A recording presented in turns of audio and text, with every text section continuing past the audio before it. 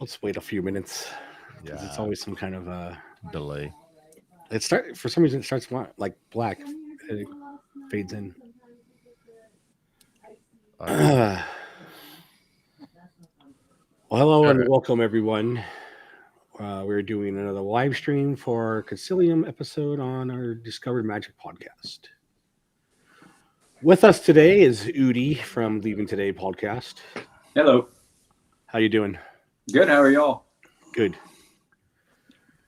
And we have our friend of the show, Lewis. How we doing? Hello, everybody. Louis. Is it still snowing over there? Very much so. Yeah. Here too. It started up again. It got down to 7 this morning Oh, without the wind, fun. without the wind chill. Yeah. Nice. I shouldn't tell you Not that I have really. my AC on right now. Yeah. I would love to have my AC on. I'm trying to get it back down to 72. Nothing wrong with that. I love Yeah. 72. Great temperature. I am just getting over my cold, and this guy below me here is just coming down with one. Yeah, Yeah. I feel bad. Don't feel too good today. Letting everyone know. Yeah. Like the goofy short being sick. Yeah. Yes. No, I can't even do it. Like- Ugh. I know. Is there one being sick? Yes. Maybe beans. Yes. You mean it you talks don't about, know? It talks about the introduction of the cold virus into Goofy's system and how the cold virus reacts to Goofy's Did you just introduce me immune to system. a new goofy Oh my A new God, Goofy Jeff, that's something like I've never Jeff, are you- seen? Are you messing with me right now? Or are you No, now here's the thing. I do have getting really excited.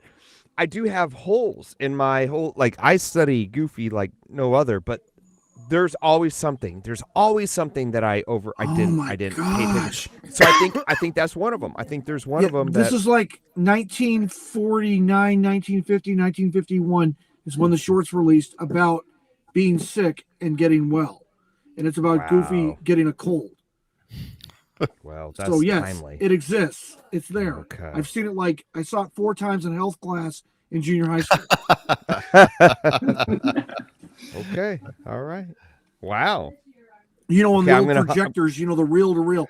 Tick it, Yep. tick it, tick it, tick it, 1, 2, It was 3, always right? it Oh. was always great to be able to put that together when when the teacher would pick somebody to start the projector or whatever. Oh, the AV person. Yeah. There you go. Yeah. Yeah. The AV help. Yeah. Yeah. That was always fun. Where you like drag out that giant television On the set cart. with that giant video cassette recorder, and and then you'd have to run that like cord like literally 50 feet across the classroom. Yeah. dude. Yeah. And then hook it up, and then Yeah. oh yeah, It And was of a course thing. the video cassette recorder, VCR, right, was like this giant like 50-pound monstrosity that like had like the little quarter-inch or what Yeah. half-inch Betamax like videotape. Oh, yeah. And of course you did like Yeah. if you had to watch like a real movie like in history class, like say like Battleship Potemkin, it came in like 4 different cassettes. Yeah, Yeah, it was wild. these were like wizards. They weren't even human beings. These people like had magical incantations that would just like. Now I get to watch movie, and you're Yeah, like, you just click on a button how now. that person got there? I don't know. I don't ask questions, but apparently, that person was always the person that I'm like, wow, they're young enough to know the modern technology, but old enough to know like this is meaningful and we have to watch this old movie. I don't know, whatever it is. And of course, no one ever rewinded the cassettes, so you have to Wait, you could do that? Just be kind. be Be quiet. kind and rewind. Yes. I mean, Jack it's a Black, staple Danny of every Glover. good human being. Mos X. Yeah. Great film. Yeah. Well, guys, what are we talking about today? Sightlines. Sightlines. Sightlines in Louis, the parks. I know you're anxious. Do you want to get it started? Do I want to get started? He's Or do already you wanna get rubbing his started? hands together. Let's I don't let's wanna get talk started. about the berms because those are like the first things that were blocking. Certain What about the sight lines. unsightly lines? You know, We like talk you go about out, those too. Believe me, Lewis and I have already talked about some of those. Oh yeah, we're going to talk all You go about out, the unsightly stuff. you try to get a tan, and you're like, oh, is that what we're talking about? Like when is that what? No, That we're depends not. on Okay. what's trying to get a tan. Like say the backside of cars. No, we're talking about skylines, right? Like no is that- sight line. No, we're talking about a Sight sight lines. line. Sight line, i.e., between you, the observer, yeah. and your visual target Oh. reference. Let's say across, just as an example, if you were in Yeah. the Adventureland Treehouse, Mm-hmm. which is the highest point a guest can access in Disneyland Resort Right. Now. now, today, right? Mm-hmm. One can look out literally with a clear line of sight to about 98% of Disneyland Park itself. And if you go the other way, 100% of DCA. Ah. In addition, the observer can observe what's going on past the Disneyland Hotel Annex or Resort Complex into like Lara Street in the Lara Street neighborhood adjacent to the Hotel Resort Complex. And if the guest looks the other way, it can look all the way to the old Melodyland Theater out there on Disneyland Way. Well and said. the 5 freeway, obviously. Yeah, I think that's a good description for. So this is a definite descriptor of what a sight line is. Well, using that's that just- as your well, that's observation just platform. plumb helpful. thank you.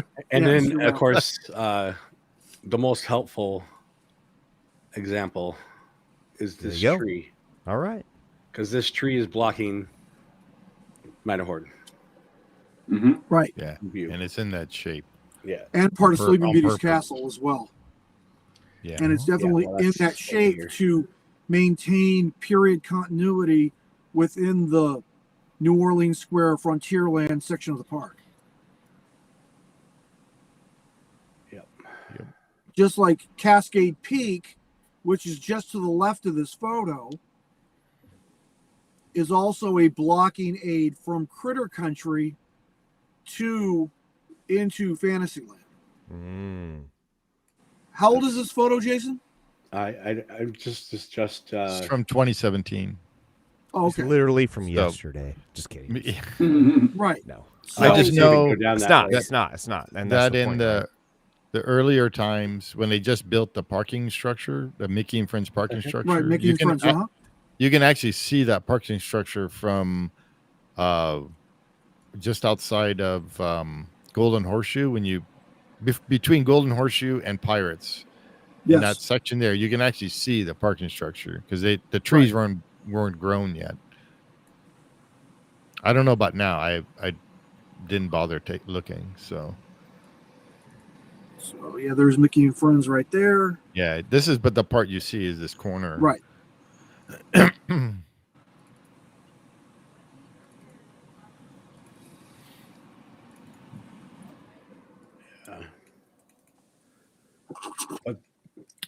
And oh yes, and we're about to get to one of my favorite parts here is the busted spires of Black Spire Outpost. Yeah. I don't think I can get on top of This the, this is the thing I want to talk about the berms about is about how Black Spire, the failure to hide Black Spire, the spires is a major that. fail on WDI. Absolutely. Look at Yep. that. Yeah. It looks like a movie set, everybody. Yeah. Mhm. And a bad movie set at that.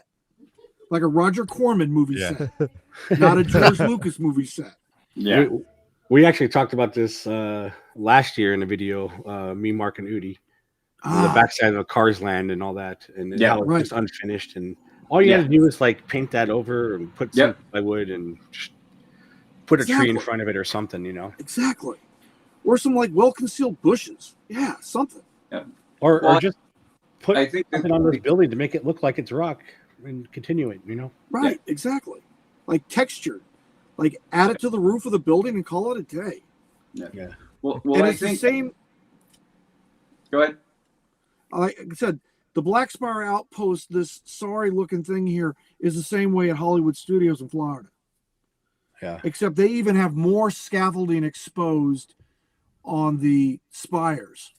It's like they didn't even cover the spires in a 360. They like covered 270 degrees, Yeah. and then Well, the all last of these, like 50 degrees, or let me see, 90 degrees doesn't have a damn thing. all of these have a backside that's open. We just can't see them right now. Well, Okay. yeah, and I think this is one of the things that what makes the sight line so important is things like this right here, because the show being the prominent thing out of everything, right? The show has been and should have been, well, let me rephrase that. The show should be the most important factor in whatever your experience in the park, right? So these are the attentions to detail that Walt, like, they were agonized over, you know. For a lot of people who, if you don't go into that and don't know the history of that, I believe it was the hotel and the sign, they didn't want to put it up because of sightlines. There were a lot of things when they're putting the hotel, the sightlines were key in not destroying the show and the illusion of that. So when you see things like that, these are the little nitpicky, and I don't think it's nitpicky, but some people may. The things that help reduce the overall quality and theming of the park. And so if you don't know it, it's also one of those things that what makes Disneyland and what made Walt and everything was going on so ingenious was the fact that he thought about these things. These are things that people don't think about. Right. And you just go in there and you just feel your way through it. How many people would go into the park? I would say 90% of the people, you go in there and you start talking about sightlines, they have no clue. It's that show without knowing there's a show there. And I think that's magical right there, and understanding to get you immersed in everything. So when you see these things, like these big open areas and the scaffolding, the scrim now with anything, that's why I think people need to understand why people like us get a little irritated, like, man, you're breaking the illusion here. You know, it's like a magician. You don't break the illusion. You break the illusion, it's all gone. And I think this may be, a small thing, but this is what you first see because you're coming into that parking lot or the garage, actually. And I've heard many people just that, walking into the park, people are like, oh, look you can see the backside of this thing and blah, blah, blah. It's killing the illusion before you even get to the park, So, well, and I think, and I think that by completing, see, it's what is it? It's an incentivizer, right? If you complete the illusion all the way around, it's like what's in there. If you've never been to the park before, it would be like what's in there, what's pulling in you. Like, I mean, look at like Tower and Guardian. I mean, that big tower. It's 100% all the way around, done, right? Okay. You could see that from, I mean, when it was Tower, you could see like a full finished, hotel, and now you have Guardians the way it is, and that is one of the things that makes that cool. Yeah. It's because it like beckons you. It's on the corner, like, hey, what is that over there? And I think that's another important aspect of this with not maintaining a complete sight line, that it can affect that kind of draw and trying to pull people in and make, start building the show before you even step into the park. Right. Like what Huey's saying, something that always attracted me when I was a child, and we were coming up the 5 freeway to the Harbor Boulevard exit from the south, driving up I-5 northbound to the Harbor Boulevard exit. It was always seeing the Matterhorn and then Space Mountain and then the rocket jets calling you. It was like, come hither, come all ye, come all ye to our fun, and it was calling you from literally almost 3 kilometers away, and or roughly about 1.5 miles. And so it was calling you into the park. And now that they have the Mickey and Friends on the Disneyland Wayside, or excuse me, is it Disneyland Wayside or Disneyland Drive? No, Disneyland Drive side. So, and you have that exit, which is just past Ball on Interstate 5 going south. Now you skip all that and you're going right to Mickey and Friends. And then you're seeing the backside of Black Spire Outpost. And like you said, it totally washes the illusion away. Yeah. You see this building with empty holes in rocks. Right, of course. Yeah. And it's God, that sucks. Yeah, I mean, I grew up with the same thing. I mean, when we would get in the car and start driving down to Disneyland, I mean, we had about anywhere from a half an hour to 40-minute drive. Right. And once you start seeing the landmarks, you're like, oh man! And I remember Global van lines yeah, with all the animals. The Sheraton, the Anaheim Sheraton. With Yeah, the big, that the too. castle and that giant parking lot just north Yeah. of Bald Road. Yeah. Yeah, and then but we you always plaster your face to the window because what were we looking for? Space Mountain Matterhorn. You're looking for that Yes. landmark, that site to be like, this is where I'm going. And I would always, I remember saying, it's like when we say like, we're here. You had that feeling, you had that emotion of like, we're here, and the anticipation already begins. I mean, as little kids, going to the park, you're already amped from the word like, hey, we're going to Disneyland. So we're already through the roof. And as you're in the car or vehicle getting closer and closer and closer, that anticipation has just kept on building and building.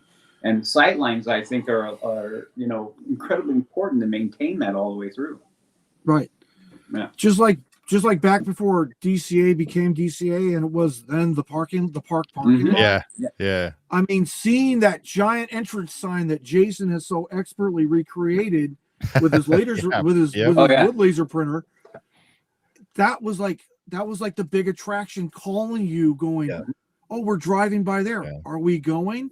I mean, and my parents would surprise me a lot when my kid brother and I were little, and all of a sudden you were making that hard left or that hard right into the parking lot, and you were like overjoyed. This is like, this is it. We're going. This is awesome. Mm-hmm. Yeah, and you were prepared to have a day of just fantastic experiences. Yeah, magic. As Steve, literally magic. Yes. Yeah. As Steve pointed out one time, because back then, when we ride the monorail, you go into, to see the parking lot because that's where the monorail went, and you would be looking for your car. Always. Yep. Mm-hmm. Yes. That was kind of like the thing to do, and now all you see is other people waiting in line. Yeah. Right. Yeah, and then you go through the backside of stuff and seeing. Yeah, I mean, you on the literally California go Adventure through side. the hotel. Yeah, because I'm trying to remember how big the parking lot was. I think it was 106 acres. it was huge. Total land area. Big. Yeah. Now the park itself, the Disneyland park itself, is 160 acres. Since the last modifications to like Galaxy's Edge and the whole pushing north of like Mickey's Toontown got it out to its current 160 acre footprint size. So literally the old parking lot, or now DCA, is only slightly smaller than the Disneyland park at 106 acres total land area size. So it's all really, really cool. But I remember just that entrance sign has, from that day to this, has always called people from around the universe, beckoning them to a day of fun and excitement. Yeah, absolutely. That's what my relatives are saying too, is when you go to Disneyland, you don't even know where you're at. When before you go into the main entrance with the giant sign, and you go in there, and all of a sudden you're in another world. Mm-hmm. Well, now it's like where do I go? And I'm in a parking structure, and what's all this stuff? The buildings with the empty mountains and everything. Right. It's not like it used to be. Yeah, I'm wondering why they don't have another landmark sign. Like even if they put it next to the parking lot, like why wouldn't you not have that where you can? There is no. They have little signs, with arrows pointing down on the lane where you have to park. Yeah, that's it. Right.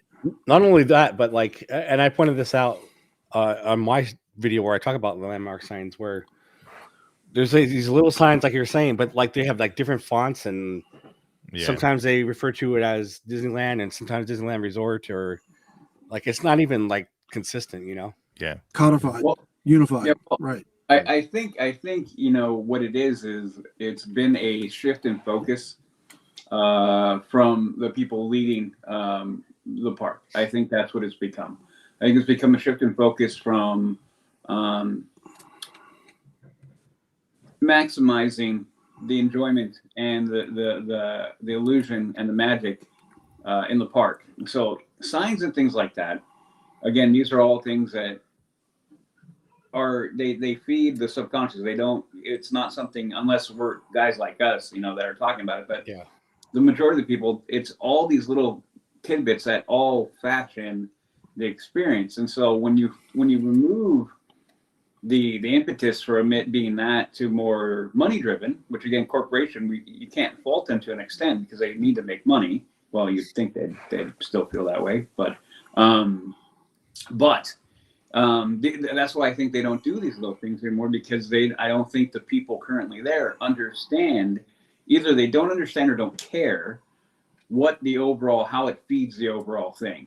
They've tried to like you're saying, a lot of people come to like, where am I going? What am I doing? They tried to basically make it into a moving the mass of humanity type of thing versus letting the people come in and just kind of take it all in. Yeah. And I think that's why you don't see a lot of those things, which again, some of the iconic imagery is important also, and it builds that. So like, how many times do you, like, I'm going to the mountains today, I've seen stickers and shirts. It's like, it's got Space Mountain, Matterhorn, that kind of thing. And it's the same idea. It's all that kind of vibe. So I think that's why, honestly, the sightline issue is what it is. And little things, little details like that is because the focus has been removed, or not the focus isn't solely on the experience of the day. It's become more monetary. So I think that whole cycle has kind of just kept on moving. Yeah. They're just expecting you to come in, and they don't care if you're getting the excitement about coming in. Yes. Because like I parked at the toy store a lot. Now, a lot of people like parking there. I don't like parking there. And it's like you park there and you have to get on a bus. Yeah. It's just a regular city bus that has a label with Disneyland. And it's like, what is this? You know, this is supposed to be like your first magic experience being there. You're riding a bus. Agreed. You know, and then it drops you off so the kids nowadays or whatever, the first thing they see is the security. Yeah. So it's the same thing with Walt Disney World, and you start your Disney World experience at let's say Animal Kingdom Park, for example. The only way you're going to use Disney transportation to transfer to another park, i.e. Hollywood or Epcot or Magic Kingdom, is you have to get on a bus, just like Steve said, ordinary 45 passenger, double axle bus, and drive the 8 miles up to Magic Kingdom, and it like really kills the entire vibe, because we can all agree here that buses aren't magical. Buses are transportation, right? Whereas and I really hate to drop names from the past here, but let's say Don Tatum or like Dick Nunez was in charge, they would have figured out a long time ago, no, we don't need buses. We need to either build a monorail spur, or we need to have some sort of people mover. We need to have a people mover device moving guests from each of the satellite parks up to TTC, Ticket Transportation Center, and then into the Magic Kingdom or wherever they're going that day. Yep. So I mean, it isn't just unique to DLR and Anaheim. It's definitely a problem with the Disney parks in the United States as a whole. Yeah. I mean, now something that's cool is that at least Tokyo Disneyland and Tokyo Disney Sea, as part of the Tokyo Disney Resort, they're integrated just like how DLRA Anaheim has Disneyland Park, and you have California Adventure, and you have the Esplanade dividing both of them. Yep. And it's all of what, maybe a 70-meter walk between both parks. You know what I mean? Yeah. Yeah. And it's like that with Tokyo Disney Sea and Tokyo Disneyland. It's literally like only maybe a 200-meter walk between the gate of Tokyo Disneyland into Tokyo Disney Sea. Yeah. Now, I rather walk than take a bus. So now, something I do want to mention is with Paris, with Disneyland Paris, and Walt Disney Studios Park. Yeah, there is a little bit of a distance. It's about a couple kilometers. and I'm trying to remember because I haven't been to Walt Disney Studios Park, but I believe you get on buses too. So it kind of just, I don't know, buses aren't magic. Buses are transportation. Yay. Yeah. Like, I'd rather get on a monorail. You know what I mean? I'd rather get on Yeah. I'd rather get on a horse-drawn carriage, man.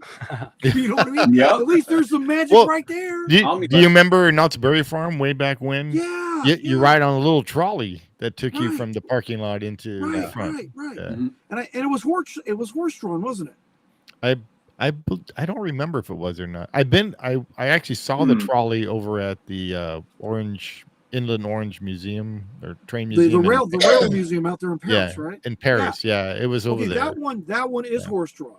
Yeah, The okay. one they have on display there at the rail museum is a horse-drawn, Okay, rail so that's the one that just like the one you have in on Main Street now. on Main Street. Yeah, Except it's just a different shape and it's the dimensions. it was are slightly red different. and yeah. Right. Yeah.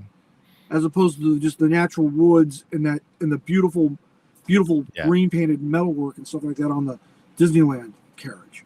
Yeah. But yeah, I mean, Yep. even like I said, even getting in a horse-drawn cart and taking that 3-kilometer ride between DLP and Hollywood and Disney Studios would be a cool thing. Instead, you have to get on a doggone 45 passenger bus. Yeah. But then I guess I'm just being a whiny little, yeah. Well, the tram, I like the tram system that Yeah. at Disneyland. You know, when Because you park that it, feels like a ride before you even it get to the does. park, Yeah, Oh, and then yeah, and like at Epcot Center at TTC, you also have the trams that are a lot like the Disneyland trams, same configuration. I like the old ones better, but that's, I guess, because I'm more side of a ones? purist. The ones the ones where you had the smaller tractor, not that giant monstrosity like it had one giant enclosed long cockpit. row. enclosed, operator cockpit. Yeah, on the blue and yellow tractor. one. Right. But the blue and the yellow, those are beautiful. Yeah. And then you've all seen like the old footage of the single axle trams. Yeah. Not the dual axle, but the No, single yeah. axle. Like even the first ones, I think, were that way. Yeah, the first iteration. They were the ones, Bob made them based on right. like a farm tractor. Right, they're based on farm implements. Absolutely. Those are even cooler. Because it's all this balancing act. And of course, back in the 50s, people were, I want to be polite here, Skinnier. had less mass than they do today on average. And so it was a balancing act of that single axle over the center of the tram car.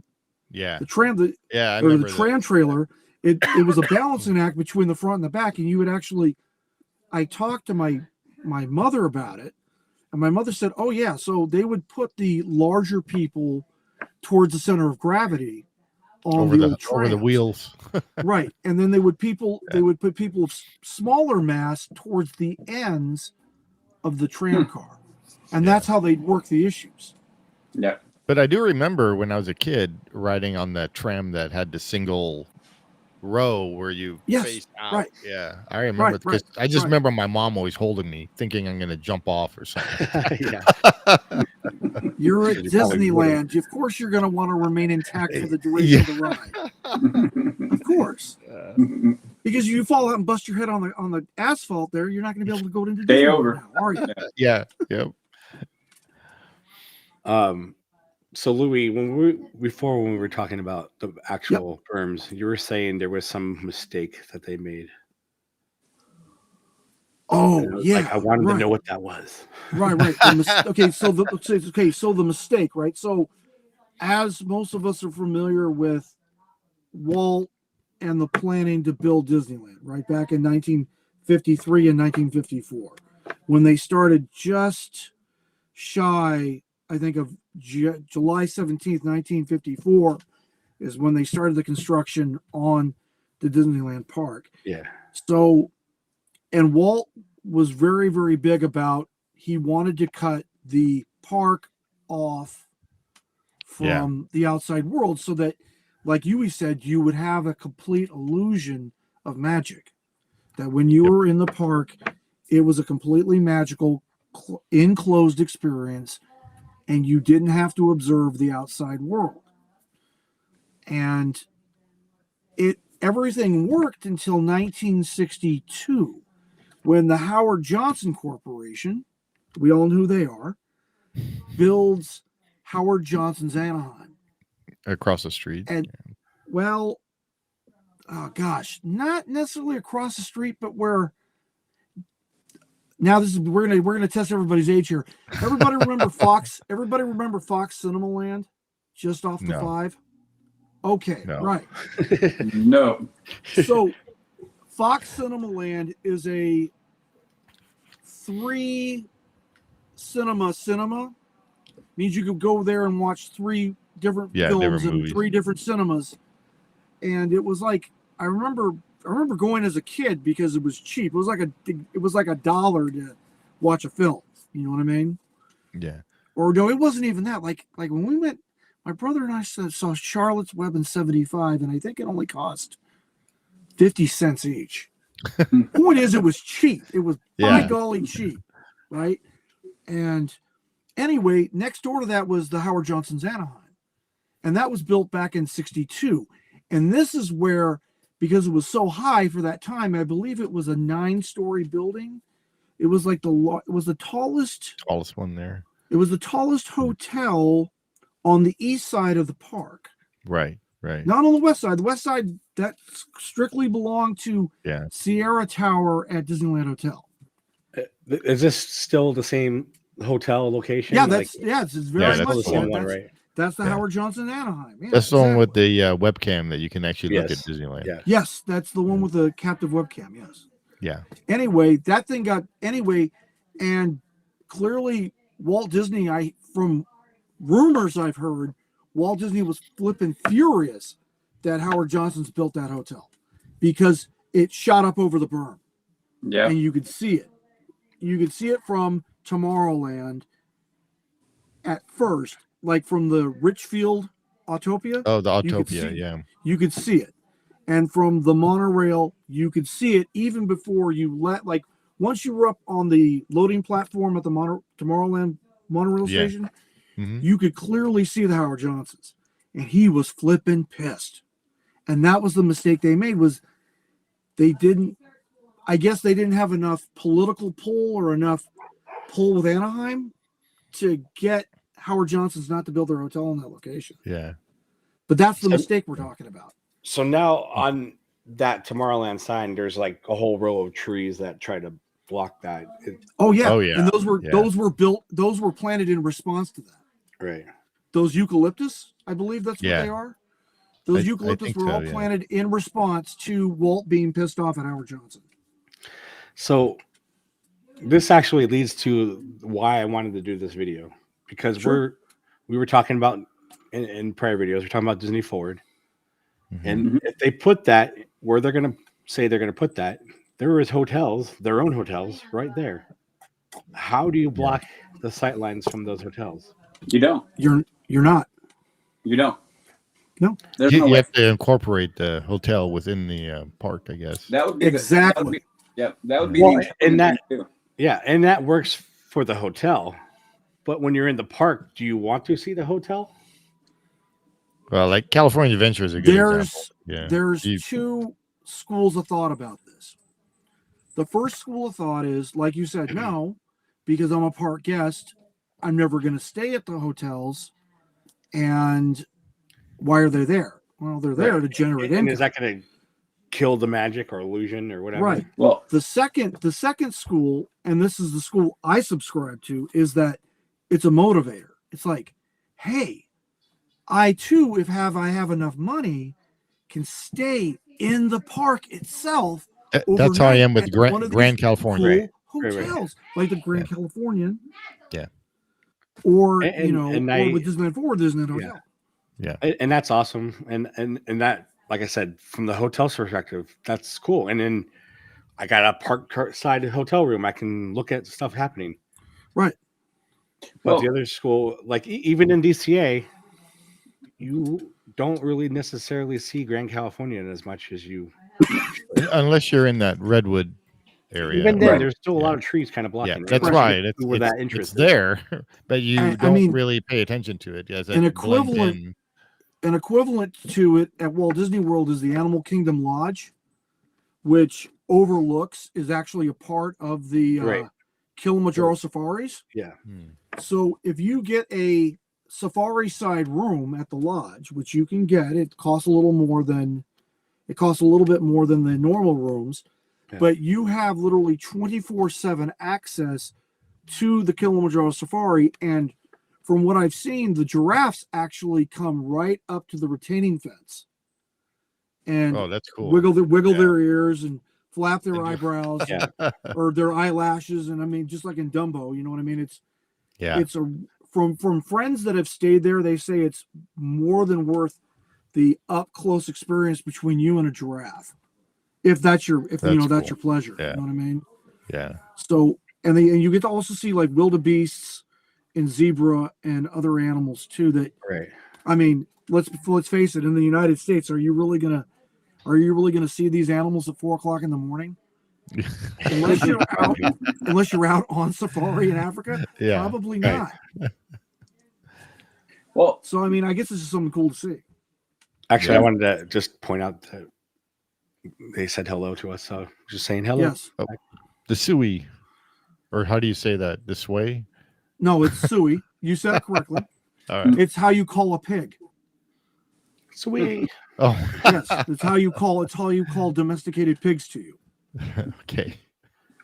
Because I don't pitch, deal with the pigs. So. the pitch and inflection of your voice, if you do it high enough, replicates that of a pig squeal, and the pigs become excited and they'll come to you. Because normally they Wow. associate that sound with food. Mm. So I don't know, just little say, come here. I remember stupid- hearing that many times, people yelling it like that. right, because they're attempting to attract the swine to them. Yes. so I have Oh, really? Is that the The case? guy in the top right corner looks like Tony Soprano. Is he in the mafia? Jason, I never I don't thought think of you you say. being like James Gandolfini. I That's outstanding. I lived in Boston for a while. Right. That's too funny. So here's a question I want to ask is, with Disney Forward, are sightlines important? I know we've been talking about why it's so important for Disneyland proper. Yeah. I get that. But DCA, were they worried about sightlines in DCA? I don't think so. I don't Not think as so. Well, I mean, much. and that's Forward. Now we well, I was can gonna make say, the well, argument. that's like a main thing, right? Like DCA doesn't have any berms at all. No. No. Yeah, it's out there. Yeah. They have walls. That's why I'm asking. So, is that important to worry about sightlines in Disney Forward? Well, I mean, and I think that's like where we're getting at with this whole thing, right? Is if Walt was still alive, they probably would be, but now no one really cares. Yeah. And I guess that's more for the question for you guys is how, with that being the case about how we all kind of treat each park differently, right? And we know Disneyland sightlines are important, but it went to DCA, not important at all. And now we're going to the possible expansion. Is that important to you guys to maintain that or not? Like in DCA, how many times you go, well, that's DCA, and you kind of just like it's DCA. You know, it's not Disneyland. The whole Disneyland at least I do. There's a totally different feel for me. Exactly. So Yeah. that's what I'm saying. Okay. So does that matter? Yeah. So I do want to put my input in here. So Yeah. it's not so much for me or other adults that have already experienced the pre-DCA magic that was Disneyland.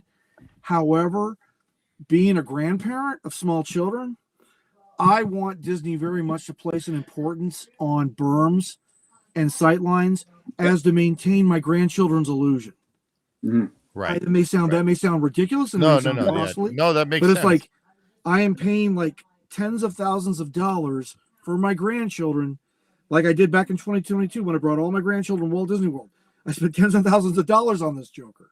Yeah. Right. And like I wanted it to be perfect. And for the most part, it was, until my grandson told me, "Grandpa, what's up with those ridiculous steel girders going through those rocks?" Because he noticed it. Yeah. He noticed it. Yeah. And what was I supposed to tell him? I was supposed to lie to him, going, "Oh, I don't know what that is." No, I'm like, "Nolan, that's where the Star Wars people are." Yeah. And he kind of blew it off and go, "Okay, great." And then we were able to go up to the But he video saw parking it. lot, and but he saw it. He And it saw kinda it. like- Yeah. So he had that moment of doubt, and I really hope we could.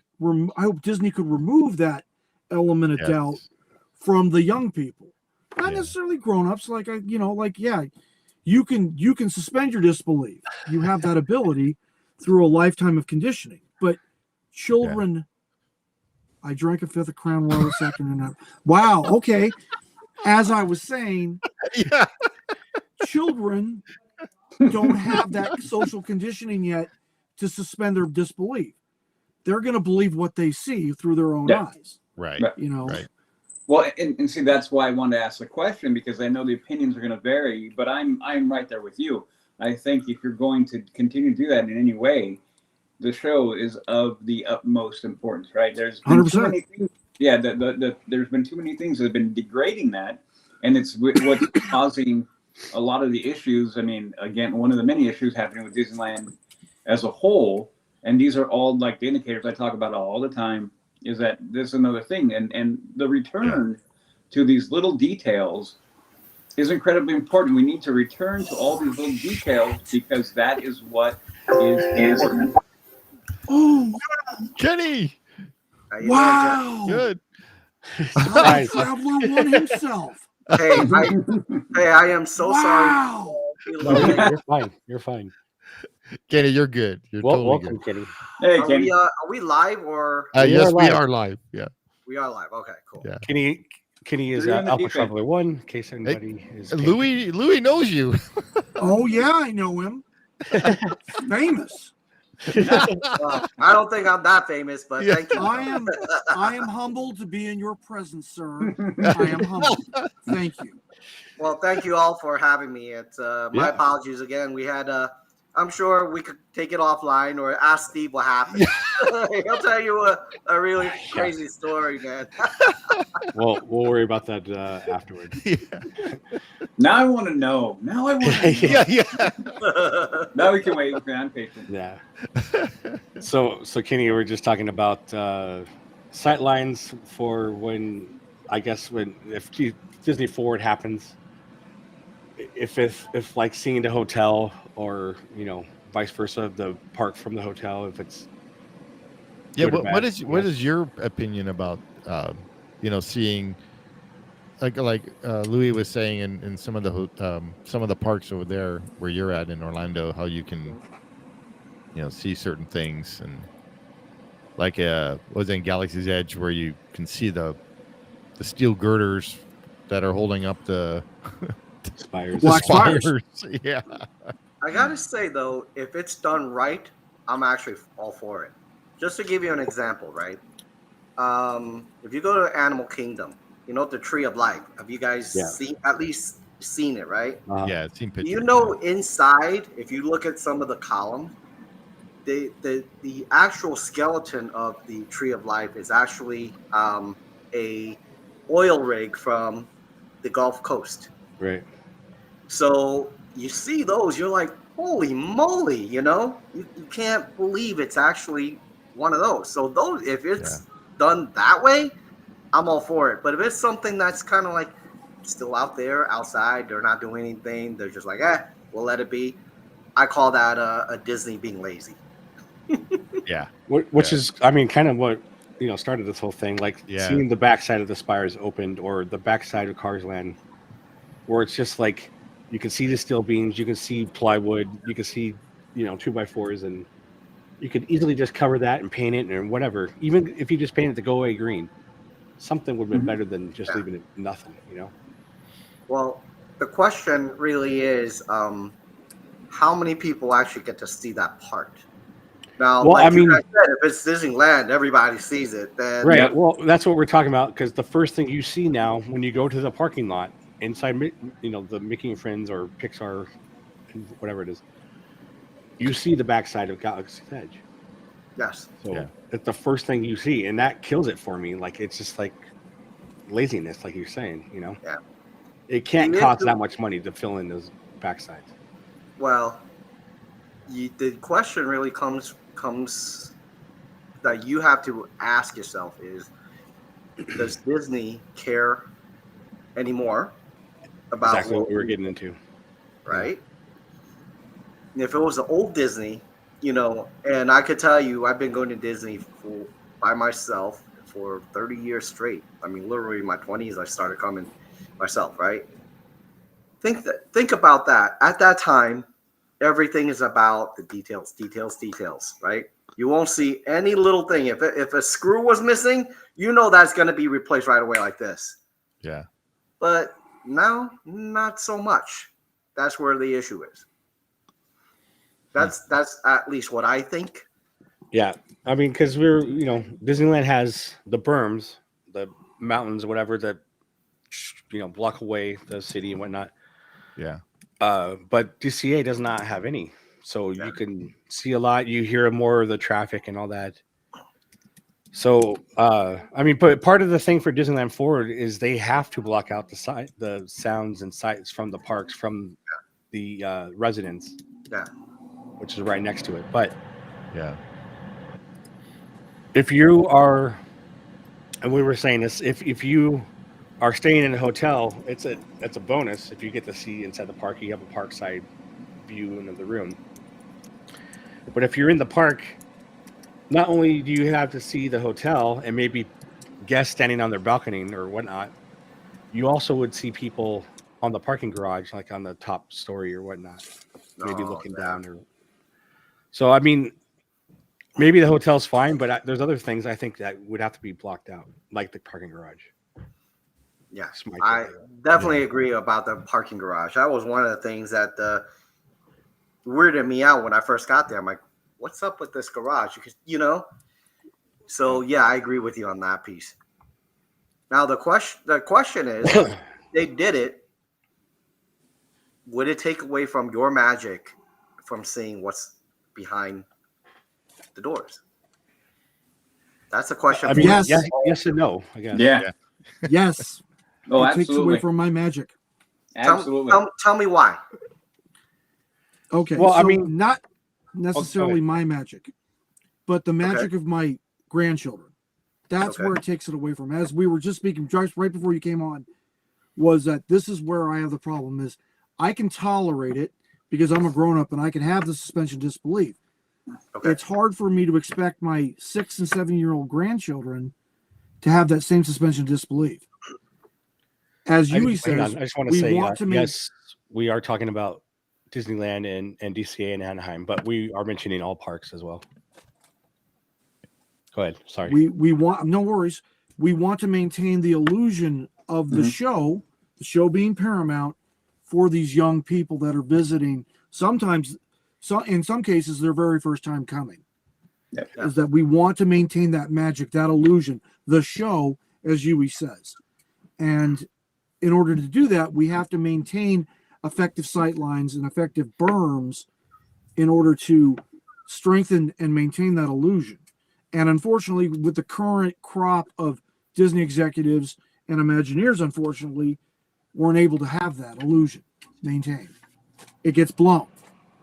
Yeah. And end of day, I mean, that's what we were talking about before you hopped on. It was the magic that is built in as we were growing up. Yeah.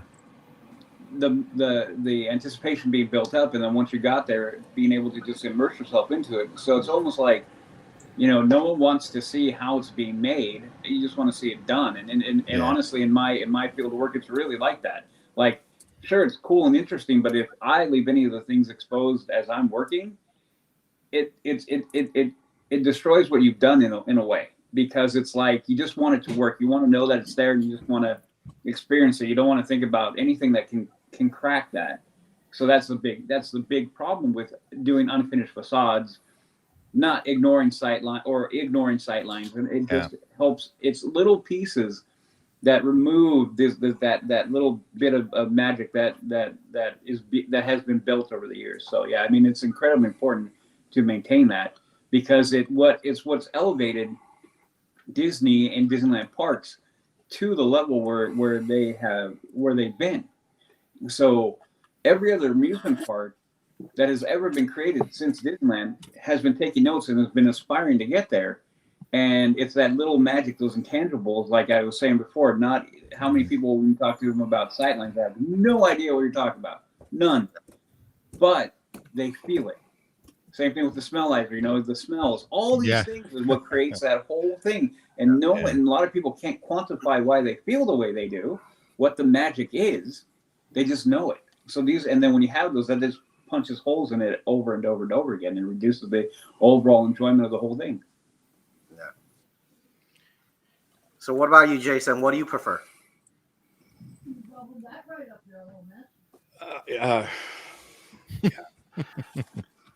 So I mean, here's my main take. So if you are building a land that's themed to a certain thing, and I can see over the land and see people looking at me from the garage or from the hotel, that kills it for me. Yeah. Right. I mean, I think that would kill for everybody. Mm-hmm. You might not care as much, but it's still, killing the illusion of that storyline. I'm not saying that, obviously we don't believe we're in the place, but it takes you out of that magic, I guess. So what about you, Steve? If you had a choice, they said, we're going to patch it up, put Jason said, put go away green, versus, you know what, let me just leave it there and show you the skeletons and bones. What would you do? I would patch everything up.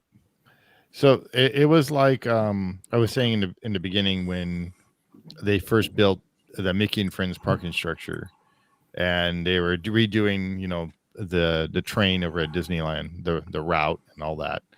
How when you were standing between the Golden Horseshoe and Pirates, you had a clear shot and you can see the parking structure, and that was like horrible, because you're like, why am I seeing this?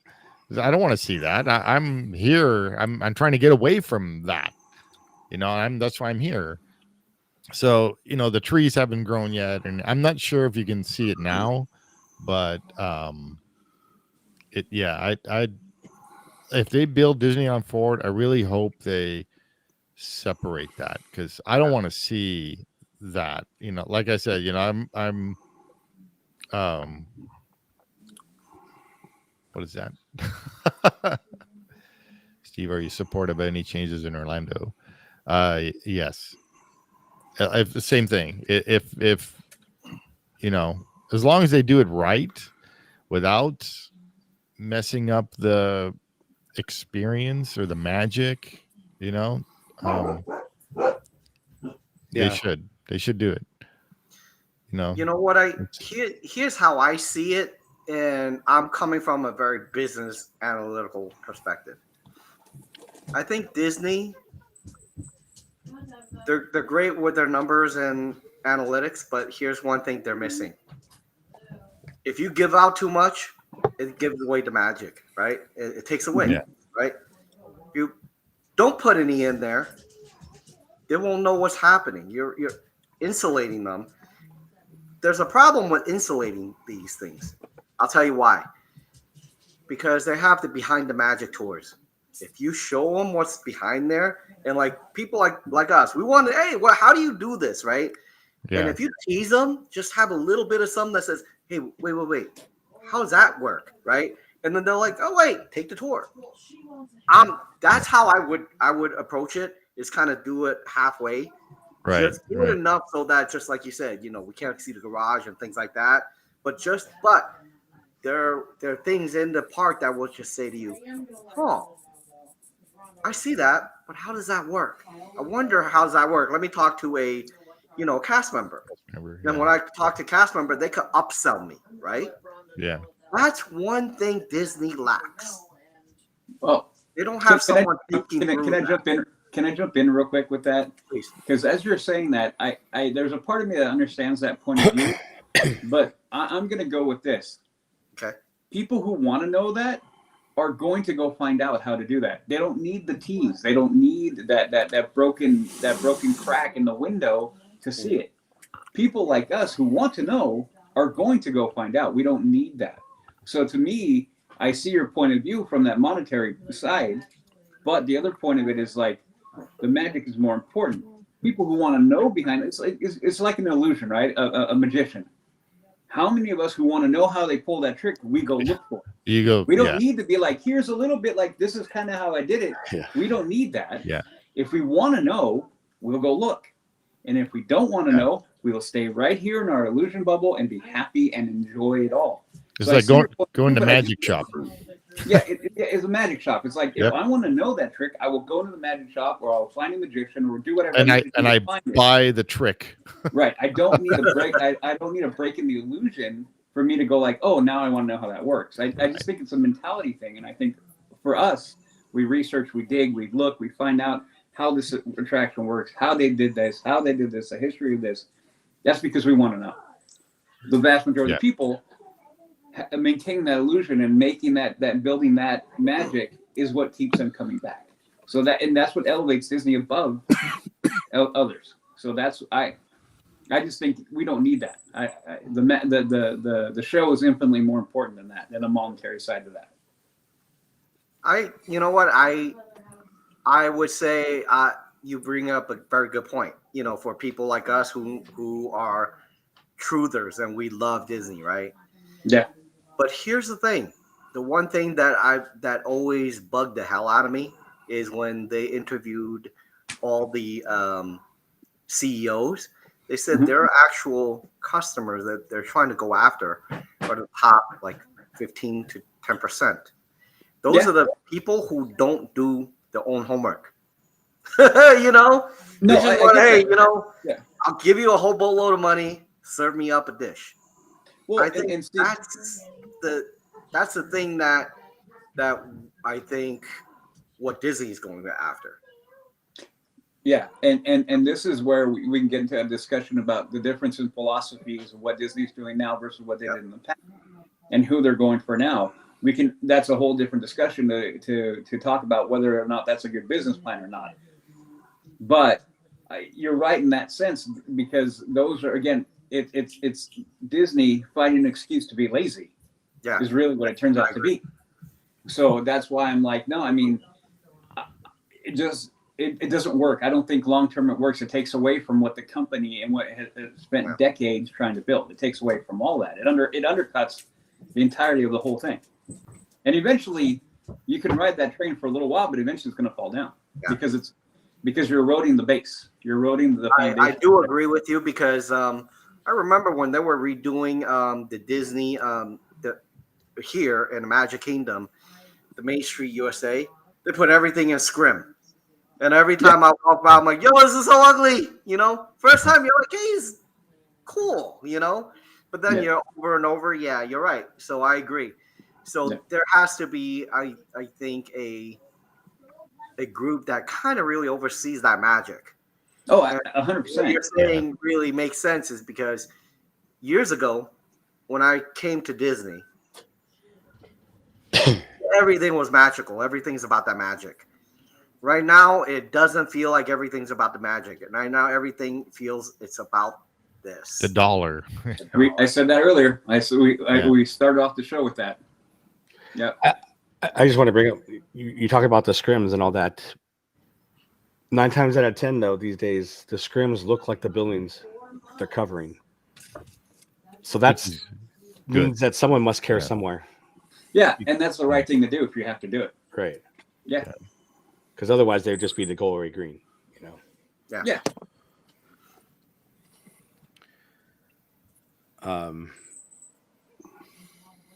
So why does DCA not have berms?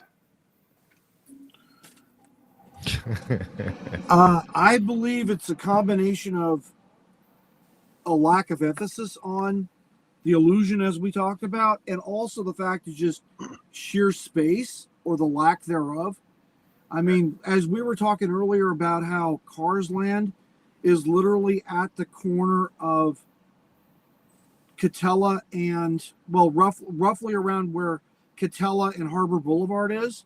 Yeah, it's like right where that And hotel. Mhm. Right, and you're able to see like the rocks of the Cadillac Range, which is Yeah. the back wall of it from the park Yeah. side. But Yeah. on the street side of it, it's just more ugly, exposed, like 2x4s and steel beams, and like you said, Yeah. I mean, let's spend $4,500 in marine plywood and like pour that crap up. You know what I mean? So you don't have to look at like the interior guts to the Cadillac Range. Yeah. It'd be cool. It- I was thinking about along the lines of like what Uwe was talking about with Disneyland Forward. Exactly that right there. Yeah. Does that Mhm. look It was- attractive? It was worse. I This understand. was, yeah. It was worse. But like Yeah. with all these trees there, like go away green would have been perfect for this. Yeah. Like it would have been that Absolutely. It would have been better. Absolutely. Yeah, that Alpine Hotel is hard. Yeah. old. 60s. Yeah, definitely. Yeah. Yeah. Yeah. So I mean, Yeah. So like in the Disneyland Forward, they can't have that. Oh Like, yeah, that's what I was yeah. going to think about. I was Yeah. thinking about what Yui was talking about with Disneyland Forward, and I wonder how expensive it would be to put like large, like projection mats across the above the level of the fencing around around Disneyland Forward, and just have like projections blocking. It's sort of like a screen berm.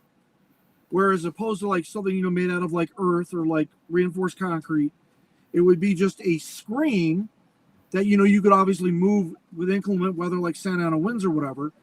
But and you would just put projection onto the screens from the park side. And then on the street side, you would just see like the backside of a gray screen, like around the perimeter of Disneyland Forward. And I'm wondering how expensive it would be to do that. And would DLI or WDI and or the executives be interested in pursuing that course of technologies? Well, in my opinion, is one, they wouldn't, and two, if they would, it would be that, because it would be the least expensive route to go. Yeah. Currently, where it stands, where Disney stands, I don't think they could. If they do get all the permitting and everything and rezoning and everything they need to get Disneyland Forward going, I don't think they have the capital at the moment to really go deep into that. That's just I think my personal it'll be opinion. covered with buildings and facades and Yes. trees. So, because what I'm drawing from though is I've been following what's been going on with the retheme of Splash to Tiana's, yeah. and some of the things I'm seeing have me a little like, oh, I don't know, and it has a sense of it not being to the level of what Disney has done in the past.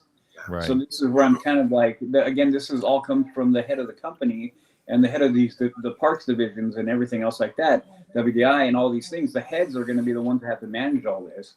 And this is where we come into that the discussion of who's in charge and who makes these decisions and how much budgeting and so on and so forth. So I honestly think if they were going to do it, which they should do, they need to do it properly. They need to do it right. And this is where I always go for, and it's easy for me to say, is that the initial investment is where you're going to get your return. You need to build that, and then that's how you get your return. And I think the foot is there where they don't think about. They always think about that, and they don't worry about the return. They always think about initial investment and don't think about, like, if I go a little bit deeper here, down the road, this will all come back to me in droves. And I think that's where the main issue lies with that. Well, I was Louis, watching let me answer a really quick question for you. Sure. So you talked about projections.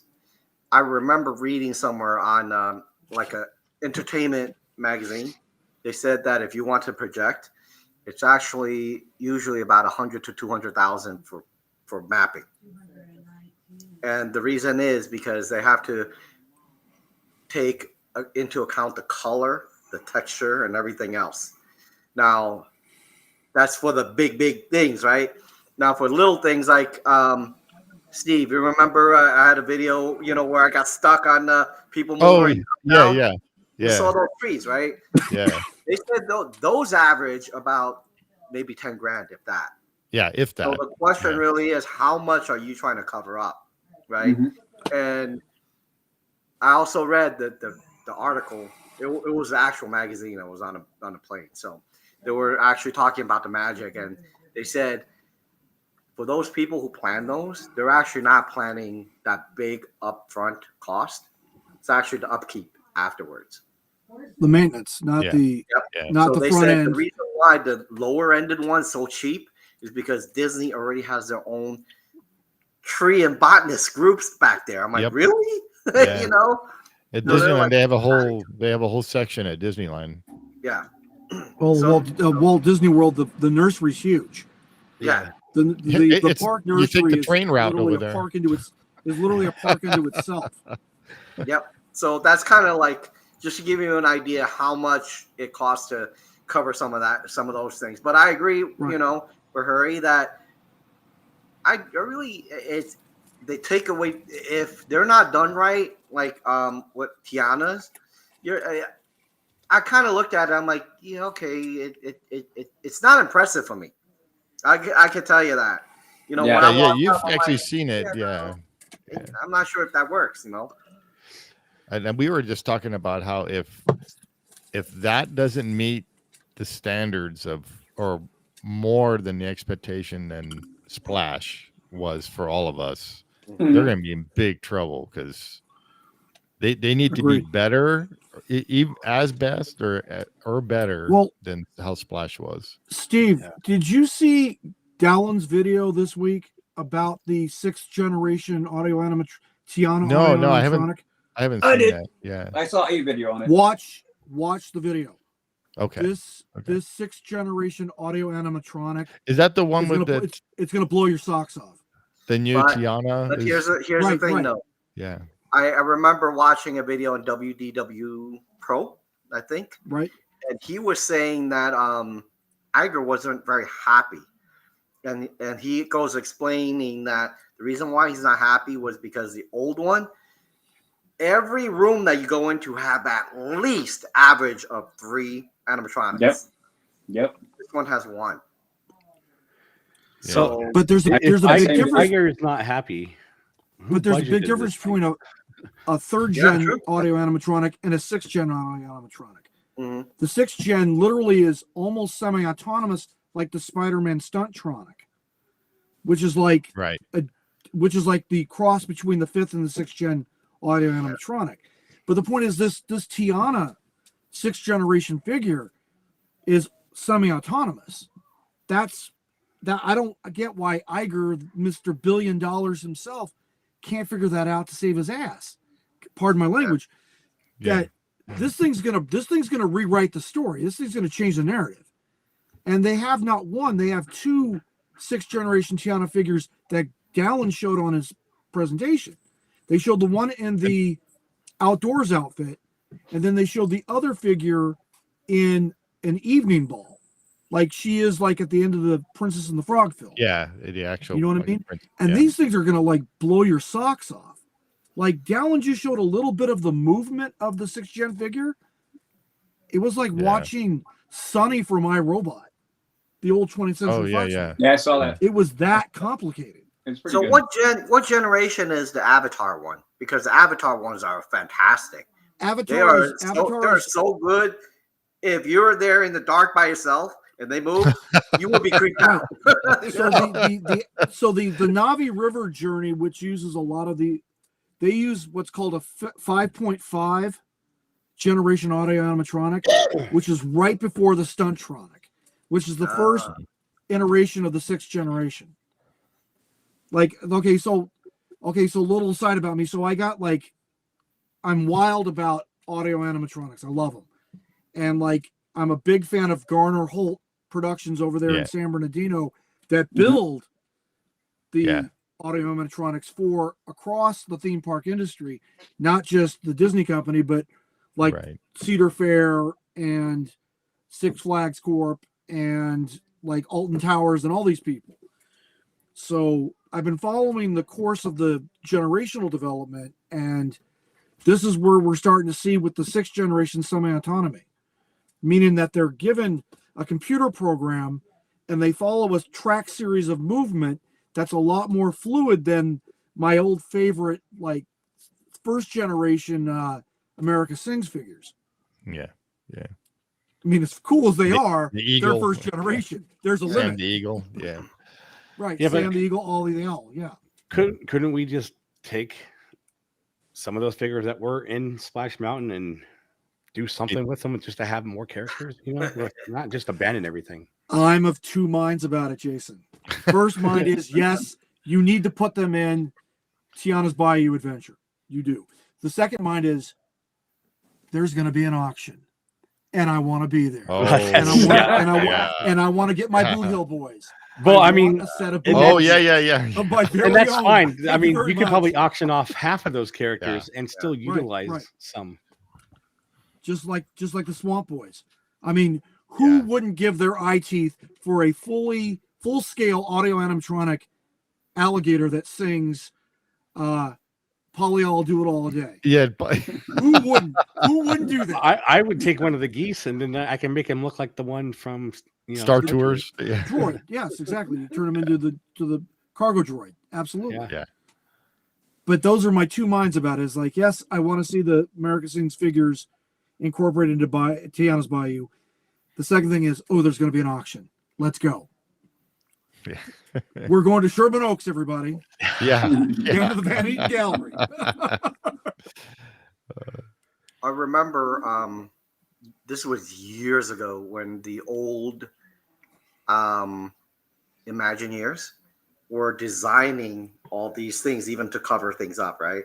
I remember I was in the Magic Kingdom. I overheard one guy. They were asking him a question. They're like, "How do you design things so that people will be like, hey, this is great, but it doesn't take away from everything else?" Literally, I remember him saying they storyboarded. Literally, even these things they storyboard. I'm like, really? I thought, movies they storyboard. I get that. Yeah. They're like, look. And then so I got into the conversation. I said, that makes sense because if you storyboard it, you could follow it and see where their eyeballs are. And his exact words was, bingo. That's exactly what you want to do, is to walk through it, see where their eyeballs are. Because if their eyeballs are over here for too long, and you want them to look at the souvenirs here, you failed. I'm like, wow, this is amazing how much stuff that they have to think about, In the Mark Davis book, In His Own Words, which was made by the Pixar people in commemoration of Mark's works, they actually showed a lot of his storyboard art for Country Bears, for Haunted Mansion, for Pirates, and for America Sings, and they show it in storyboard sequence. And like Kenny says, it's mind blowing to see how meticulously they're planning out the theming and pace of the show. So yeah, it's pretty cool how they do that. I agree, and I think Patchett talks about it also in Behind the Attraction on Disney Plus. They also talk about the storyboard construction technique in order to put a show together. Yeah. Yeah. That's just amazing to think that they did it by hand at those times. Think about that. Now they're like video. Hey, let me put this through. Boom, it comes right through within a few days. Yeah. Those times where it's just kind of like, I have to draw this out. Now, Louis, could you imagine drawing the storyboard for the Haunted Mansion? Think about how many scenes you have to draw through. Hey, I can't imagine it because I'm not an artist. but at the same time, I understand how meticulous it's going to be. Speaking about Haunted Mansion, I did want to ask you a question, Kenny. Have you been on it recently? I have. What's up with the Hatbox Ghost in the hallway? What's up with that garbage?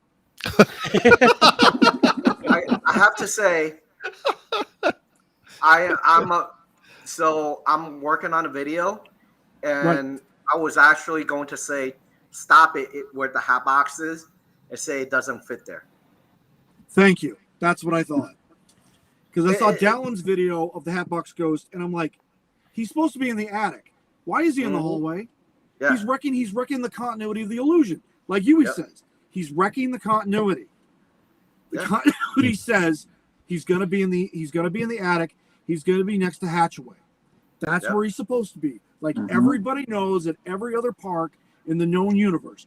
But But those here- guys at WDW decided to throw him in the hallway and wreck it. Wreck that But Louis, floor. here's the thing.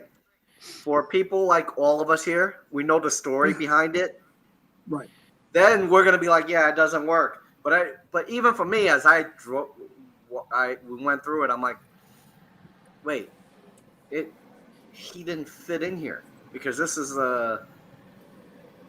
where he was actually a hallway of a mansion, and he got a knights there and everything else, and his demeanor just didn't fit right. But I kind of see why they did it, because that area was kind of like a block. It was There's nothing. nothing Really there. Oh, like Dead Space. Yeah. Like how So you they- talk about in the Pirates video about the Dead Space. Yes. Like what you were talking about back then in Mhm. that in the former video. Now Yes. I understand. So they put it there to kill the Dead Space. That's what I think. Because Okay. if you look at the old video, that Uh-huh. area was kind of like, okay, whatever. They need to put it on the railroad, is what they need to You know what they need to do? They really need to do is go through some of these rides and say, which area didn't work? Mm-hmm. You know? Okay, so here's what always kills me about that hallway scene, and everybody brings this up with putting the Hatbox Ghost there. You're not supposed to have any ghosts until after the seance room, right? Mhm. That's what they're saying. When you call them. Yet in that hallway scene, there is a floating candelabra floating there. Who's holding that camera? Like who's making that float? Oh, that's in Yeah, well, ours too. In it's- the No, no, Disneyland that's- was the same thing. Yeah. It's a That's a hint, spirit. though. Yeah. That's a hint. That's a hint. It's- Like you're in Well, the but haunted, you but doesn't that mean there has to be a ghost that's making that yeah, float no, I or get that. whatever? But Yes, it's a hint. But the It's ghost like- is not. But the ghost is disembodied. The Materialized. ghost is not manifested. Okay, you're right. I Yes. get that. Has it materialized? Exactly. Just saying, there is something before that scene. That I mean, You know Yes. what but I would have everybody I've seen that talked about it. No one's pointed that out. So I think what they should have done is literally put it where Disneyland's is. yeah, I agree. Right Yeah. outside of the attic. Yeah. You know, because that part of the ride in the Magic Kingdom is still a little blase, still that area. So you take that blase out, you put them there, boom, you know You got it. exactly what's coming.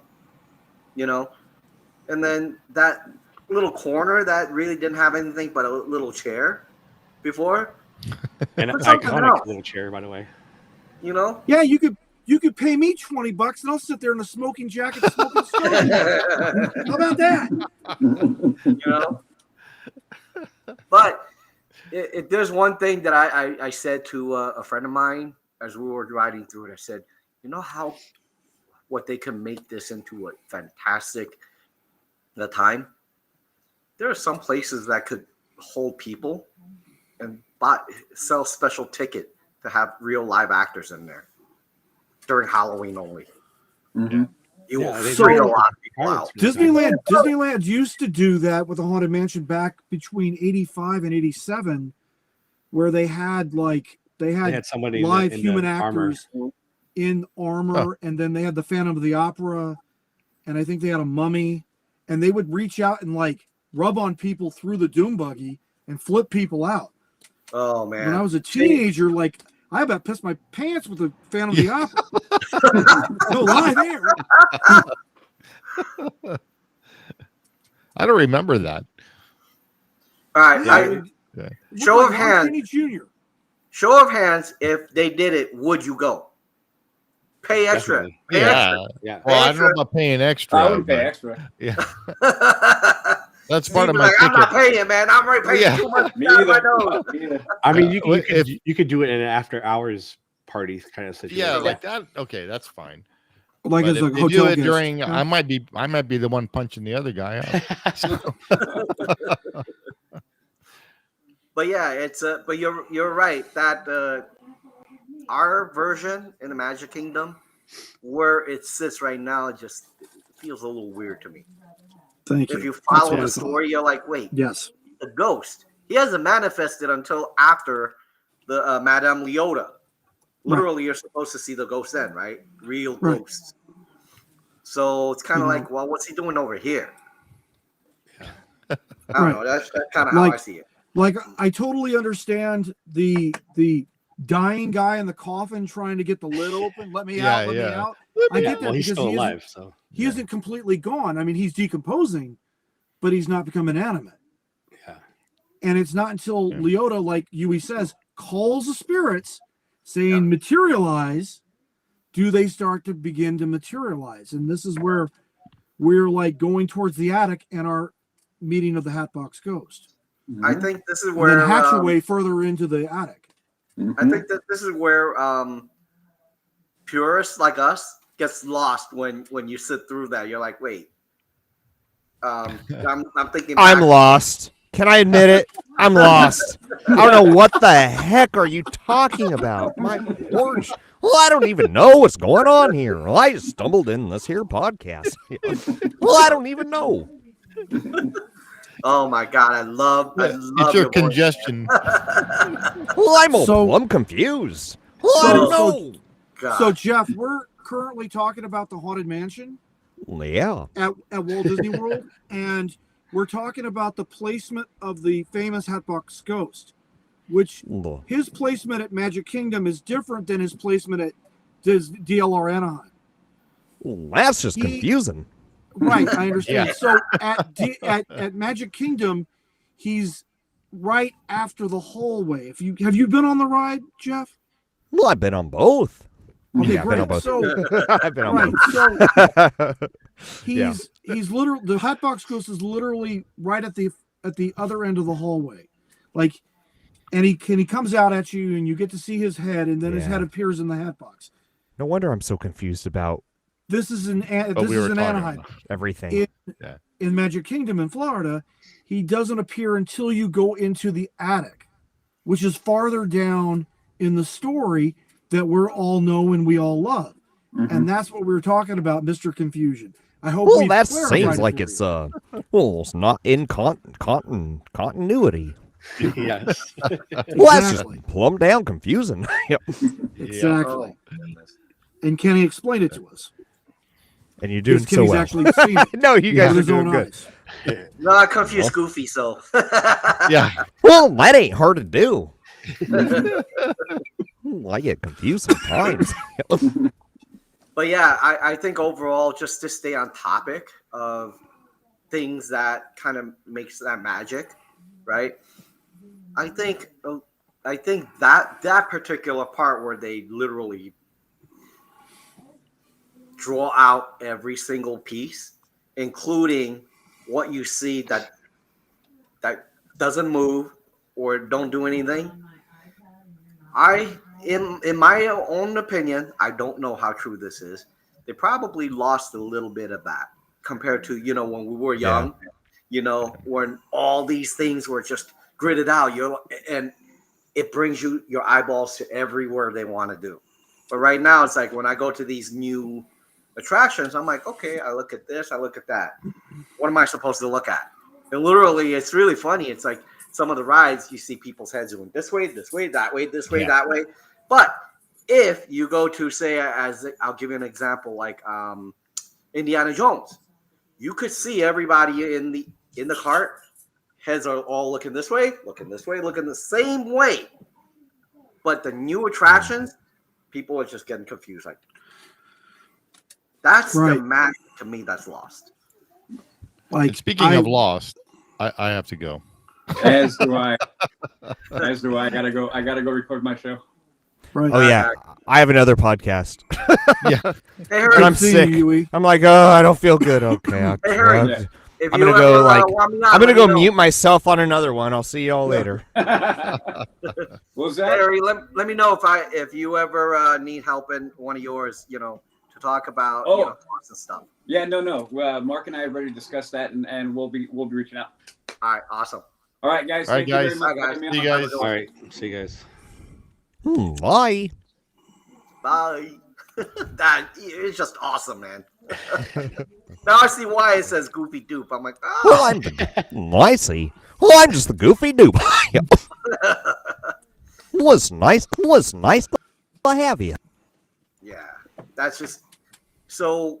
Question for you, for the Disneylanders: if they had the chance to literally put everything up into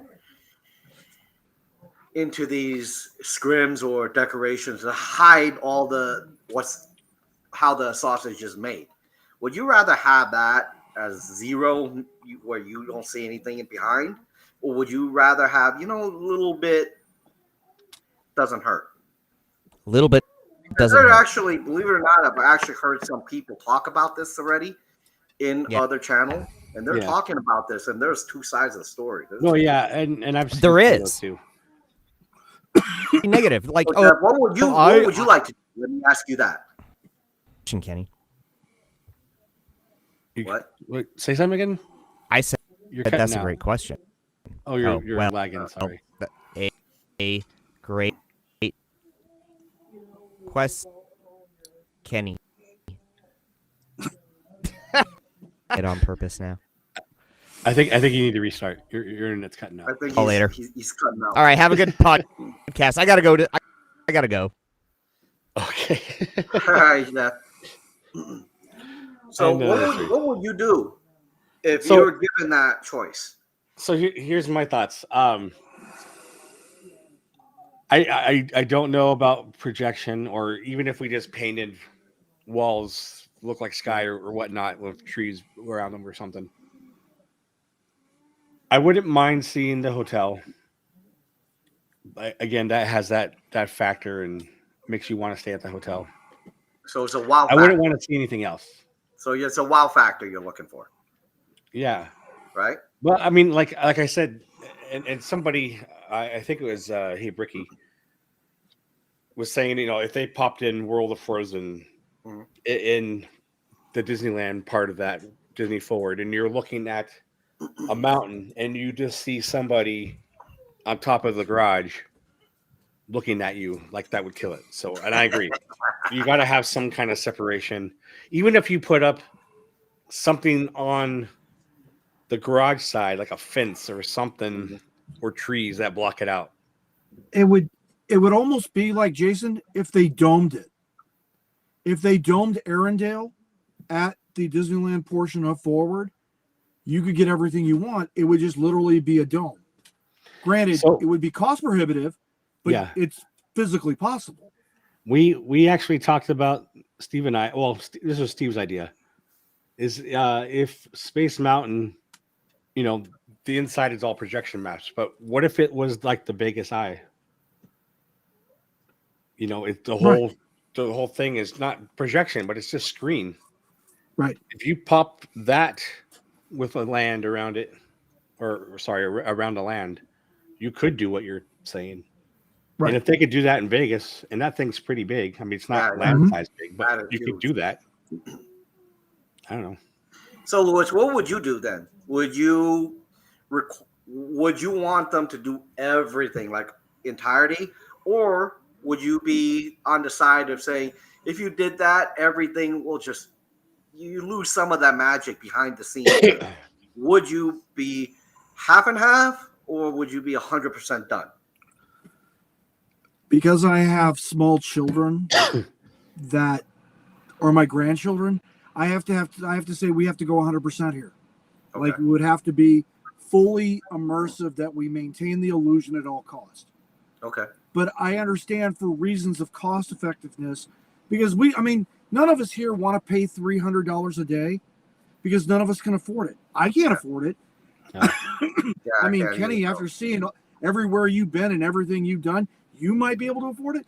But I don't even think Jason could afford the $300 a day price tag. This is why I'm complaining about not being able to get a Magic Key. Because So, wait, you still have not been able to buy one? No. So if I'm going to down a Disneyland, can- I want to be able to go a No. couple times in that I year, wouldn't do it and that doesn't make because- sense unless I get a magic key. I wouldn't do it because we have to maintain economic viability, Yeah. meaning that it's got to be at a price point that most everybody can afford. All right. I mean, heck, before we go anywhere, hang on a second. Just Sure, a little bit of a community message. If you haven't hit the like or subscribe, please make sure you do that for Yes. these guys. They're working really hard for you, so a little bit goes really far for everybody here. So make sure you do that. And then the second thing is, this is actually for all the people who are watching this. What would you do? Do you want them to cover everything, or do you want a half and half? Leave a message in this video and let Jason know. Yep. And once you get that, we could take that information and kind of maybe say, hey, this is so and so said XYZ, and this is the reason. We'll give you props. So please make sure you hit the like. So sorry about that, Louis. Back to you. Oh, it's all right. So like I said, if it came to a price point to where we couldn't have those things because it would take the price point and move it north, I'd have to say no. We got to keep prices affordable for everybody. Now, that all being said, I watched another video this week from this Universal shill, and I'm just going to call them that. I'm not going to drop names, but I'm going to call them the Universal shill that was talking about Epic Universe and how it's going to open here in Orlando in 24, and how he says it's going to be the game changer that's going to cause Disney to play a mad game of catch up. And I'm like, I can see that. Unless Universal's really going to up the game as far as like 5th generation, 6th generation audio animatronic, full immersion in their attractions, and then do the whole scalable world thing to the level of Disney, I don't see how they're going to be able to compete. Did you see the video on the trailer? Which trailer? Were Universal showing how it's going to look and everything? Yes, I did. I have seen it. So they call them portals. Yes. Because you're going through a door and it's in that world. Right. I mean, this is exactly what we're talking about here. Mm-hmm. You're going into a portal where you only see what's in that theme. You're not seeing. You might see mountains and stuff, but you're not seeing anything else. And one of those things is a completely original idea. So, looks like Jeff is back. But you know what, Louis? I have to say, right? I think Universal, my own opinion, I don't know what this new park looks like, but I think Universal does a better job hiding other lands. Think that through, right? Okay. You go to Harry Potter land, you're in Harry Potter, man. You're not seeing, anything else, right? I would agree with that, yes. If you go to Disney, Wizarding World of Harry Potter is extremely well done. Yeah, exactly. So if you're in, I'll give you another example. Like Hollywood Studios over here, if you're walking through like the Muppet Land, you could actually see the top of our Star Wars land and everything else, and you're like, wait, what's going on? So for me, that actually follows what our current subject, which is how sightlines high things. I just think that Universal does a better job. And I agree. Almost, I mean, Disney agrees too, because they hired Scott Trowbridge, who is one of the guys who designed that, and he's the one who helped bring Galaxy's Edge to us. It's not that Disney Imagineers are not doing it the right way. It's that they're not allowed to do it the right way. Oh. As what I think, either money wise or whatnot. I mean, because we all saw what Galaxy's Edge should have been, and it's not. Right. Yeah. Like outside of Asia, they're definitely being given huge restrictions on what they can and can't do. Right. Right, but they have whereas all the money. Whereas in Asia, they can do pretty much anything they want. Yeah. Because if you think about it, in Asia, Disney don't own the majority shares on those parks. Right. Which is why Tokyo's like, don't even. I think Shanghai is doing the same thing. About Splash Mountain. they're saying we're keeping it. You can't change it. Right. Yeah. Well, speaking about Shanghai, did you guys see the Dylan's or TDR's video about Zootopia yet? No. What about it? So the Zootopia ride opened at Shanghai back, I think, on like the 1st or the 2nd of February. Right. And he posted a ride through on it. And it's pretty impressive. Whole bunch of 6th generation audio animatronics in it. Wow. I mean, something like, I think I have like on the order of like, it's a 3-minute attraction, and they had something like over 38 6th generation figures in it, which is staggering. It's a staggering figure, expensive figure. I mean, because a 6th generation audio animatronic, depending on the size of it, we're going to say the average height is 2 meters, and the average mass is approximately 1,000 kilograms. That's going to run you wholesale, meaning Mappo can build you one for about $8 million each. Oh shoot. $8 million each. That's what Mappo's cost is to the Disney company. Now, if you and I wanted to buy one, the retail goes quickly north to over $20 million each. But remember, these things are, in effect, industrial robots that have been programmed for entertainment purposes. And that's why the cost, the price point is so doggone high, because you're talking about now cutting edge technologies. But the point is, there are 38 figures in this attraction. And clearly, like the Chinese parent company to Shanghai, along with probably the CCCP, the Chinese Communist Party of China, probably funded that whole exercise. And that's how they were able to get that high technology transfer into Shanghai first. So it's anyway, watch the video. You're going to love it. It's a pretty cool I've video. seen some of it. Like just on the in the land, they have like the building with little animals like popping out, and Right. those ones on the treadmills and stuff. I've seen that. Here's Kind of reminds me of my like the problem Muppet. with but here's my problem with what Louis just said. We get 2 lousy ones in Tiana. They got 36 or 38. 38. Yeah. 38 We're getting figures. more than 2. Man. I think we're getting 3 or 4. We're getting a Now- There's getting the the short end of the crocodile, and stick, there's the man. mother too as well. Oh, yeah. So, I'm sorry, Kenny. So at Tiana's Bayou Adventure, Tiana's not the only 6th generation figure that's going to be present in the attraction. Lewis, the alligator, is going to be present. He's a 6th generation figure. Okay. And I'm trying to remember, because Disney's Magic Zach talked about this. And I'm trying to remember, did he talk about the prince or Dr. what the heck's his name? Facilier The is not in villain. it because Well, this happens 20 years later. Well, then it's got to be. It's another figure other than Lewis is also going to be present in the ride. So Well, I know there's a said minimum that. of 4 They, 6 gen they figures. said her Change, mother's in it.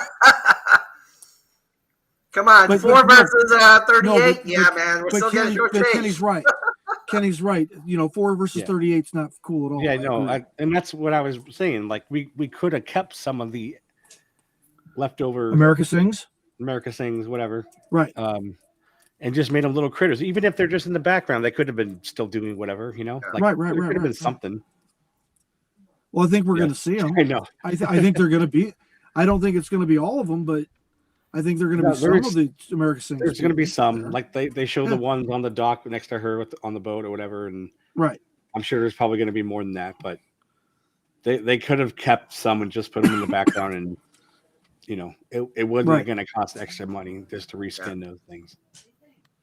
No, reskinning don't cost hardly anything. Right. I mean, Garner Holt has a video on reskinning that if you're into audio animatronics, you want to do a deep dive, it's definitely recommended that. viewing to watch how to Garner reskin. Holt. I know that guy.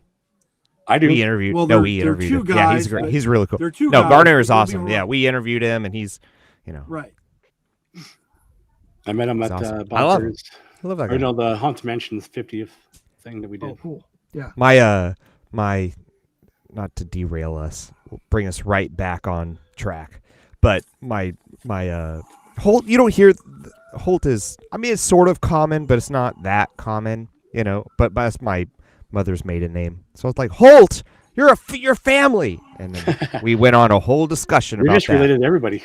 I know. I mean, might as well. Wait a minute. So you're related through your mother to the Garner Holt? No. He's- No, I'm he's not. kidding. No. He jokes around because I'm related to Pat Buttram, Yes, voice all the actor, time. but not Garner Holt. No, but it's. I know. I wish I could Doggone. claim that. Gosh darn it! No, because you could have got me a discount. I know. Me too. You get 1% know. off. I gotta study- his pass. Just by connection, man. Yeah, 1% of $3 million is a big discount, Jason. yeah, that's what I'm saying. You get 1% off. It's like 1% off of $20 million is, it's a car. That's true. Yes. It's an investment property in Orlando. I mean, there you are. Well, yeah, I'm working on that too. Well, He wouldn't first things complain first, so man, much Jason about his has to get key. his magic key. Yes. I know. I'm like he wouldn't complain so much about the key if it's like property. What key? I don't know. Who cares about that? Dude, I could go buy the key for Orlando before I can get, the Disneyland version. Like, it's stupid, So let me ask you all a question. Do you all either have a key or one of the passes? I mean, I used to. Current day. Oh no.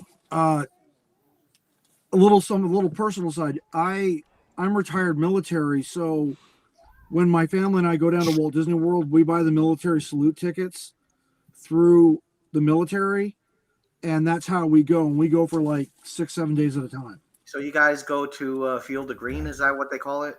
Shades of Stay Green. there? No, Shades of Green. we normally stay off property because it's cheaper. Really? I thought Shades of Yes. Green was actually pretty good. Shades of Green for about 4 people a night at my retired rank runs about almost 300 a night, Wow. Well, and that's okay. yeah, that's okay. But You're it's right. not. It's It's not the cheap. It's not staying at like the Lake Buena Vista Starwood, Yeah. where I can get it with my Yeah. discount for 135 a night. You get what I That's mean? pretty. Yeah. Okay. That's That makes fair. sense. Right. So it's a question of dollars and cents. And I mean, I'm not made of money. So I got to use all my discounts I can. Yeah, Yeah. I agree. My magic is discounted, Kenny. That's how sad I am. Discounted is also acceptable. It's disappearing magic. It's not. Well, you got to do what you got to do. I mean, to feed your addictions. Lord knows. It's Disney's all about the money now because so I have an AP. I live in Orlando. Right, of course. I am literally about 25 minutes away. I'm actually in downtown Orlando. Oh, So the problem is that when I drive down, I hit the traffic Yeah. by Universal, and then I hit it again by Disney, right near Right, the Disney. So what's really interesting was now they're beginning to.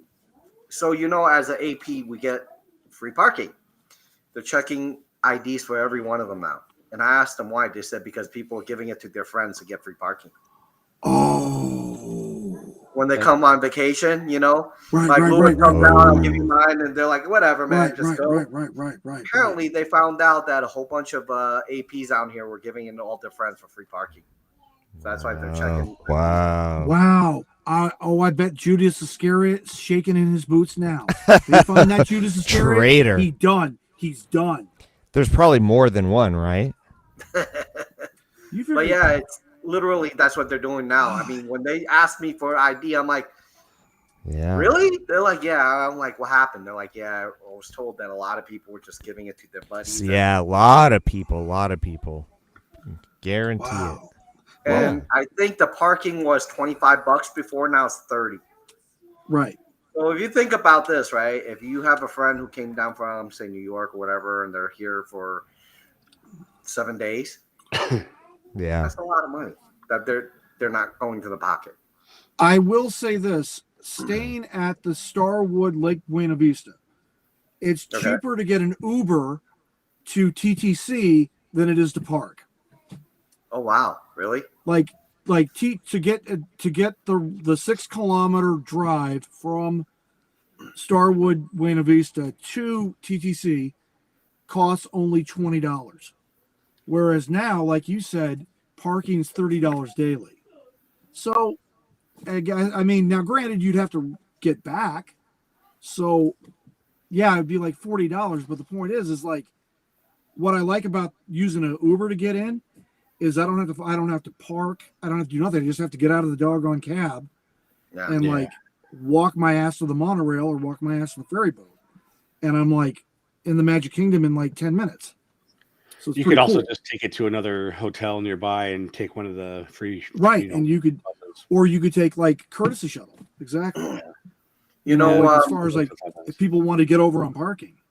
Just the best way to get a discount on parking.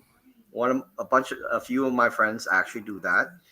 They'll drive to Disney Springs and take the free shuttles to those parks. My dad does that. So my dad and my stepmom live in Posana, which is south of Walt Disney World.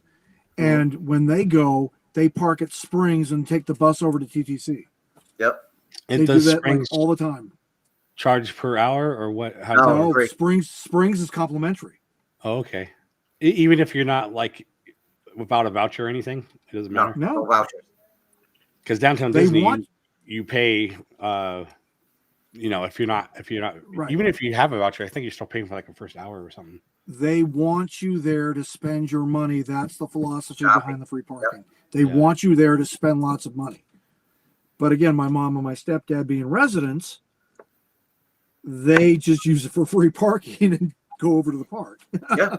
And that's Yeah, well, that's what my friends do. they probably also have gone there many times and shopped and they. Oh yeah, like they go like every week and a half. They go there you to go. eat like at Miramoto or like one of the other like five-star dining establishments there on Disney Springs property. So yeah, I know because that's what I send them for gifts now. I just send them Disney gift cards. By the way, thank you, Kenny, for the tip about going to Sam's Club and BJ's to get your discount. It saves a boatload of money. See, I listen to what you say, Kenny. I'm like, oh, Kenny's talking. I'm listening. Oh, what was that? I can save some money. Oh yeah, yeah. But it's really funny. It's like I tell my friends that, and literally after they do it, they come back like, "Holy crap! I've actually did save money." I'm like, Exactly. So, but I gotta say though, it's no matter what, he's still paying for it Yes, at the of end course. of the day, Right. But you pay less. But you're paying less, and that's what. Yeah. And less means a anything little else, more right? Disney magic. Yeah. Oh, and another thing, Louis, if you come down, you guys want to buy cheap merchandise, go to Disney's Character Warehouse first. Right. before you- Oh yeah, we do that every time we come down. Is we go to the one at I-5, and we go to the other one, which is right off I-4. So yeah, Is I that go Disney with both. Springs or is that where is that located? Like So for those That's are in the all in outlet the outlet malls. There's two of them. yeah. So let me explain the differences. The one in iDrive, which is closer to Universal Studios, Okay. is smaller, but Yeah. it is more geared to adults. Okay. So I'll give you an example of what that means. It means you have less kids' clothing, kids' Yeah. doll, but Right. you have a lot of stuff you could get your kitchen. They got Okay. kitchenware and Yeah. things like that. Make The my one Mickey by Disney waffles. is Yeah. by Disney Springs, which literally is about a mile and a half away, right? Right. That Yeah, one I has like Disney more, Springs. It's bigger, but more Right. kid stuff, more plushy dolls and things like that. Yeah. The reason why it's so cheap is because a lot of times Disney orders so many stuff. It's an that's not outlet. pushing- Yeah. It's still Yeah. pushing it out to the outlet. Right. I actually Right. went to buy this stuff there, and I went to Animal Kingdom. Like, wait, I bought this for a mug for $6.99, and it was still $20-something in the Right. park. Wow. Right. Yeah. So That's the right. place to when go. you go, I call it clearance chicken. You gotta play clearance chicken.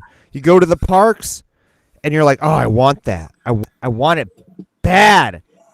But you're like, okay, I'm staying down. I'll see you in the clearance aisle. Maybe you're lucky, maybe you're not. I don't know. It's clearance chicken. You know, Jeff. And one other thing that people don't get, they don't look at, and this is for you and me. I was able to buy a bunch of stuff that's behind the counter, limited edition stuff. They won't tell you. Yeah. They got that limited edition stuff, and I have a little store. I kind of sell toys. For Jason, Yeah. you've seen my toy collection, right? I showed you the Star Wars and things like that. I'll give you an example. I went to the outlet store and bought actual lightsaber, literally for $79. The ones that move, the metal ones. Let me go and show you. I'll bring one out. Take 250. I don't have anything that cool, but I like getting a lot of stuff for my kitchen because I cook a lot, and so I buy aprons, and the aprons at the Character Warehouse are literally like 75% off of what you're buying in the park. Right. So I was able to get a 2021 garden and flower and garden festival apron for like $6, and at the park it run $25 each. Just like I got the Orange Bird apron at Character Warehouse for $12, and it costs like $50. Oh wow, that thing's so cool. So this is Kylo Ren's. Right. No. All right. So I got this for $79 there. All right. And when I bought it for $79, I sold it on eBay for $160. So it was still cheaper than Disney, by the way. Disney wanted like $200 something then. I bought it for $200, but that was when it first came out. There you go. So now you know. $200 to buy that. Go there. Just kidding. Look behind the counter. And nobody likes him. Now what would be cool? But that's actually really cool. That's a cool lightsaber. So that's why I'm telling you guys as a secret, before you go to Disney Outlet, the Character Warehouse. Right. Get such great deals. Yep. And there's always do they have like the popcorn buckets and stuff, or is that just have what? Like popcorn? I can't even talk. Popcorn buckets and. Actually, they had a few popcorn buckets at. That's Dune coming out soon. I know. Wait, what? Sorry, you're cutting out again. Oh, dang it! Dune comes into the cinema on March 1st. If that's what you're asking. There's a joke. I thought you said behind it. Okay, well we can't hear it. you're lagging today. Sorry. Right. But yeah, like you I sound said, good, but you're lagging. before you go to the parks, go to the Character Warehouse. Yep. You're gonna get such great deals. Literally, there are quite a few things there that I bought for the best time I've had shopping at the Disney's Character Warehouse was right before the pandemic, the Christmas before. Yep. And I went there and I bought about $300 worth of stuff. And my retail price, literally on that $300, was $87. Wow. Right. The Character Warehouse was definitely better before the pandemic than it is post-pandemic. Yes, way better. I mean, I understand because like I went in 2020 right before it started, and then I went in 2022 in my last visit, and we saw how. And again, I'm going to be polite. Larger sizes. There was more larger sizes before the pandemic than there was after the pandemic. It's like after the pandemic, you would rarely see something like in a double XL or a triple XL, whereas before the pandemic, you had everything in double XL, triple XL. I mean, so do we think more people are just knowing about it now? I think, well, yeah, because like all the Disney vloggers that are in the Orlando area, they talked up a giant storm about Character Warehouse. Yeah. And Lakeland Antique Mall down in Lakeland. Right. Like, and so now, like, trying to go down to Lakeland to score, like, vintage Disney deals is, like, next to impossible. You have to time it as they're putting stuff on the shelf. Yeah. Like, so it's almost like you're waiting in the parking lot and you're waiting for a stall owner to show up with his haul of And Disney yeah. stuff to bring into the shop. And then you're following him in, and literally as soon as he sets it down, you're snatching it up. And it's just like, that's how sad we are now. That's how sad that some of these Disney collectors of especially the vintage stuff is now, is literally we're having to stake out the store. Sad business, man. But Well, I mean, that's how you score the deal. Even as Kenny said, like, you know, Star Wars figures back in the day, people waited in line to the store opened, and then they go find the best characters, and they sell them on eBay and whatever. Well, you remember the whole coupon thing, where you could buy the coupon because they didn't have the figures yet. Yeah, you remember you could buy the coupon for like $6, and this would you could redeem it for like 3 or 4 figures once the figures got made in like Hong Kong or Taiwan or whatever, and they got shipped over the Pacific and ended up in the American retail, like at Kmart or like Bradley's or like Fred Meyer or whatever, you know. And I remember that back at Christmas '77, it was so crazy about the demand for the Star Wars, like the Star Wars 3 3/4 inch figures. Yeah, that was nuts. Now, if you still had that coupon, that coupon's gonna be worth something. Was that coupon worth its weight in gold? Yeah, because I'm not a Star Wars person, so collectors, man, that's cool. Right. So, Louis, think about this, right? If you would have bought the gift cards, you already got a discount, right? Right, of course. Yes. You go to the Disney Character Warehouse. You could also use that card to buy your merchandise. Yes, and you're and I let saving more money. Think about that process right there. How much money you're saving? Right. I've let my mom, my stepmom. Here's another gem that a lot of people don't know. You know how you go to Disney.com or you go to some of those Disney stores that have those really expensive artwork, actual artwork you can put on walls. They go on sale in the Character Warehouse sometimes. Yes. And when I tell you they did, there was one that I paid full retail for $800. It was actually almost $500 there. Wow. So that's almost a 50% discount. That's like a 38% discount. Yeah. Wow. That's why I always tell everybody I know, before you go to the parks, Disney parks, go there. Right. Is Jeff okay, Jason? Well, he's a little sick, but he's also just having internet issues. So. Oh. Yeah. Right. But yeah, that's what you got to do, man. You know.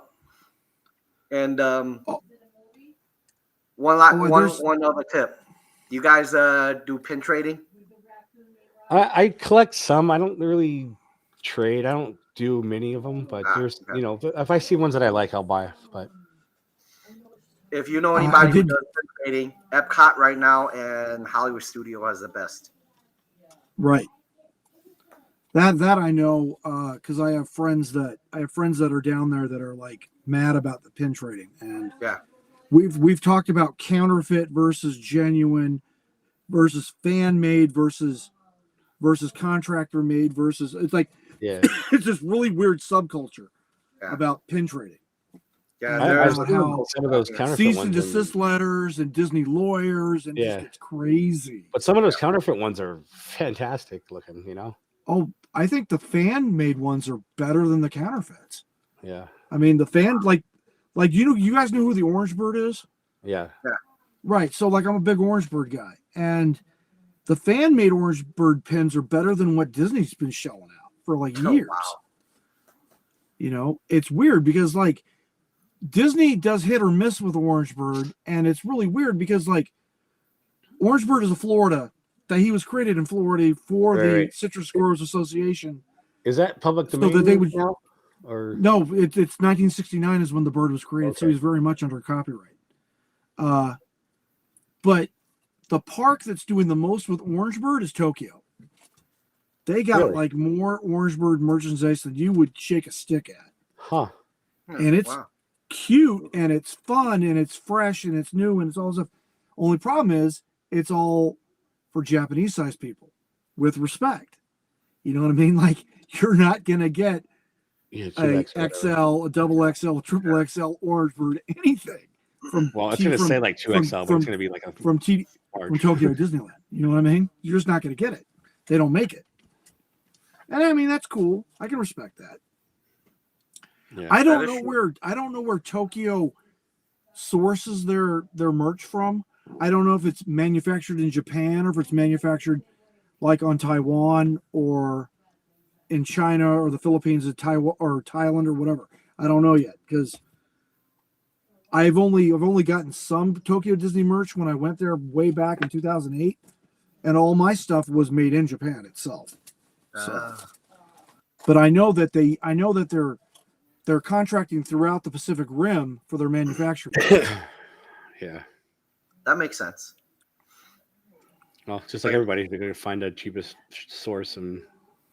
Right. Yeah. But China is no longer the cheapest now, so. No, it is not. Absolutely. I think they said Thailand or somewhere or Philippines now.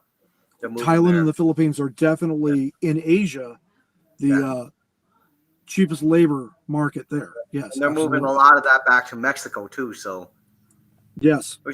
Which I guess, from a logistic perspective, it's probably better. It's closer,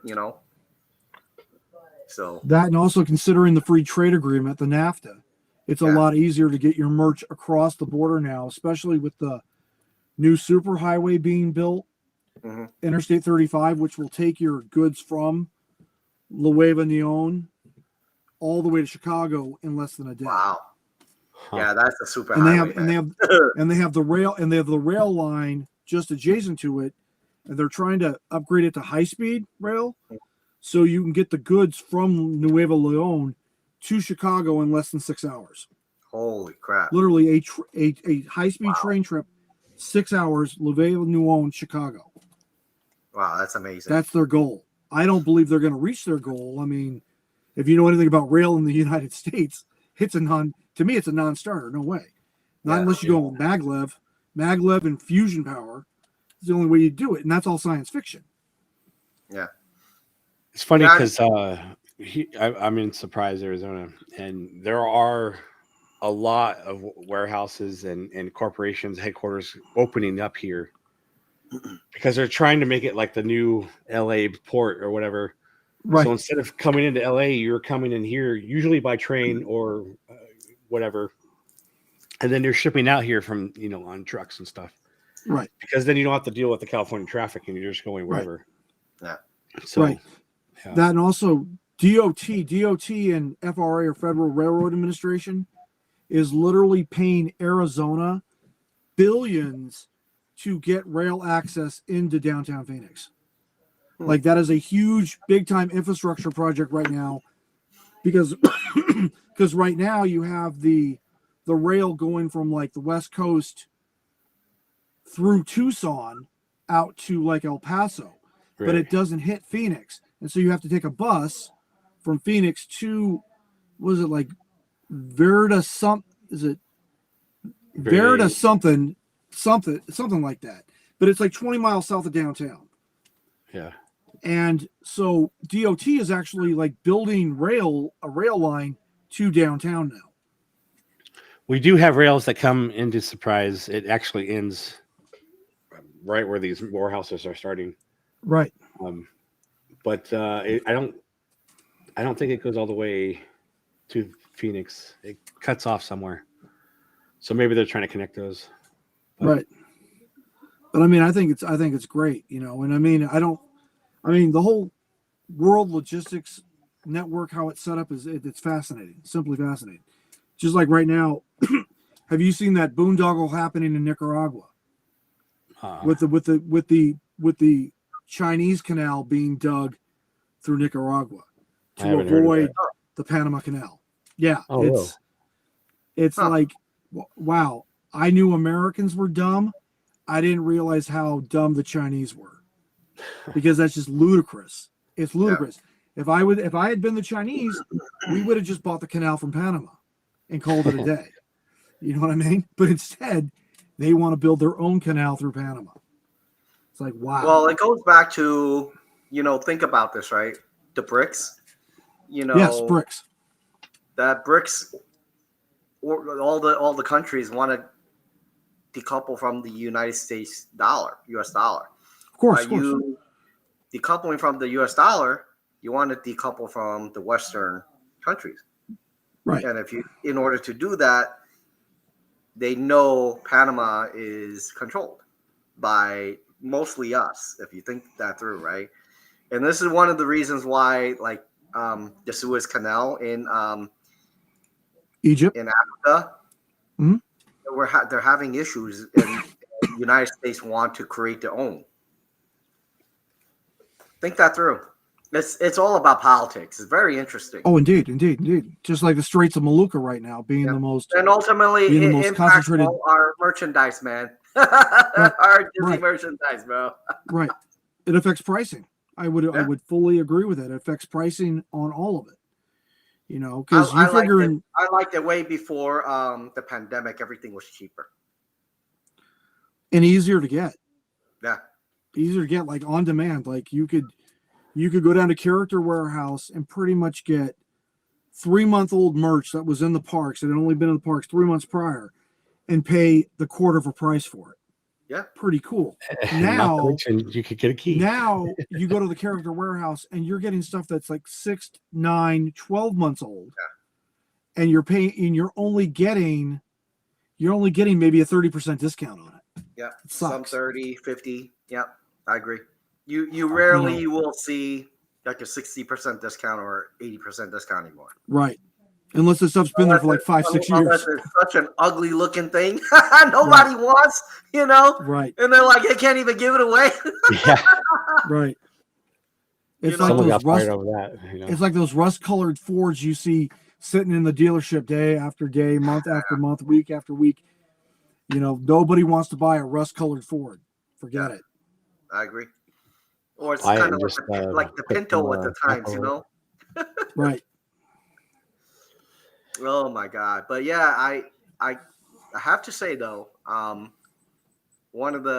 me, I think one of the best things about Disney is that they have put so much thought into it. Everything they do in the past. More recently, their new stuff are less so, in my opinion. Are you talking merch? Or are you talking the whole overall Disney? I'm sorry, overall, Okay. Disney experience.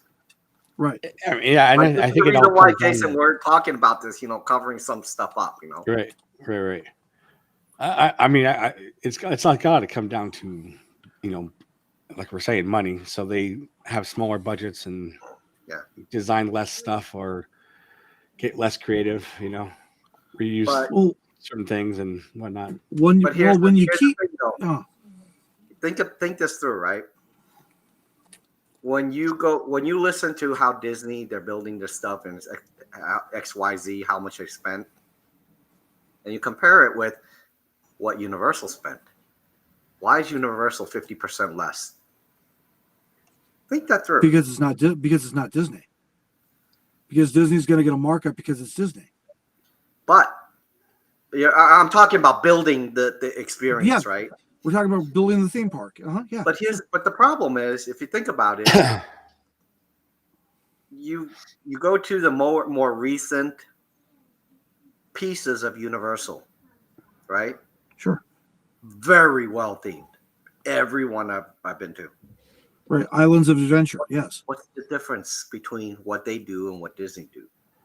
It's because we have to pay back our stupid movies that didn't work out. Right. Yeah, but yeah, you're right about that. I'm just saying, like, if you look at the dollar cost, is there a real quality difference that you, as a theme park enthusiast, can actually tell? For me, if I walked into a Harry Potter land, I can't tell the difference. It is that good now, right? For Universal. Yes. So why is it Universal spending that much less than Disney? Like Jason said, it's probably because we're subsidizing the crappy movies that they've been putting out. Right. Well, that was something that's been put out in plenty of videos about how the theme park division, the Parks Experience Resort Experience division, is the number one moneymaker for the the Disney Corporation. They're And supporting the rest of the company. and pretty much it's carrying, like Jason says, carrying because they keep making these $200 million bombs. And it's like, maybe you should make better films. Yeah. You know, maybe you should make better television. Though they've gotten a lot of good press on all their Star Wars television. So I don't get what the big deal is. Is it because there aren't as many Disney Plus subscribers as Chapek sold it out to be? As he marketed it as? I don't know. I don't think it's.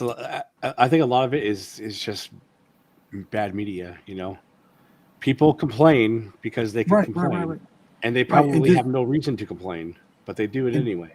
Right, and Disney's the biggest target on the block. Right. Right. I've said this before. If you're going to go and complain about something, just watch it first. You know, of course. The same thing. Like I read all the reviews and listened to what people said about. Let's say the Indiana Jones, latest Indiana Jones movies. Oh, they made him a drunk, and the girl was just out acting him, and blah blah blah. And I'm like, it wasn't even that bad. It wasn't that great, but it wasn't as bad as everybody said it was. Right. But it got such negative publicity that I was even like, I don't want to watch that crap. And I watched it, and I was like, it's not that bad. So, you know. Well, I think a lot of it just comes from that, and that even changed the way YouTube hides the bad likes now. You know, you can't see those because everybody was just unliking everything that Kathleen Kennedy, had a video on or whatever. You know, they were just smashing the hate button. You know, so now you can't see that anymore. So I think here's the thing. I think Disney. They screwed themselves up in a way that's just a little weird. So you make a movie, you push it out, and people will have their own opinions, right? The problem is they're not licensing out their IPs, so no one else can watch it. They're only pushing it to Disney Plus. Everybody who has Disney Plus realizes, you know what? If this damn new movie come out, I'll just wait. That's the reason why they're bombing. I did the same thing. When all those movies came out, I'm going to just wait. That's all I did. Literally a month later, it's out. I'm like, wow, this is great. And honestly, I waited until Indiana Jones was on Disney Plus before I watched it. See? There you go. But had it come out in the theater and everybody said it was good, I probably would have wanted to see it in the theater. I agree with you on that. But I mean, it's not just movies. Like you purchase Fox, company that has all of these films and TV shows and whatnot. And why are those not on Disney Plus?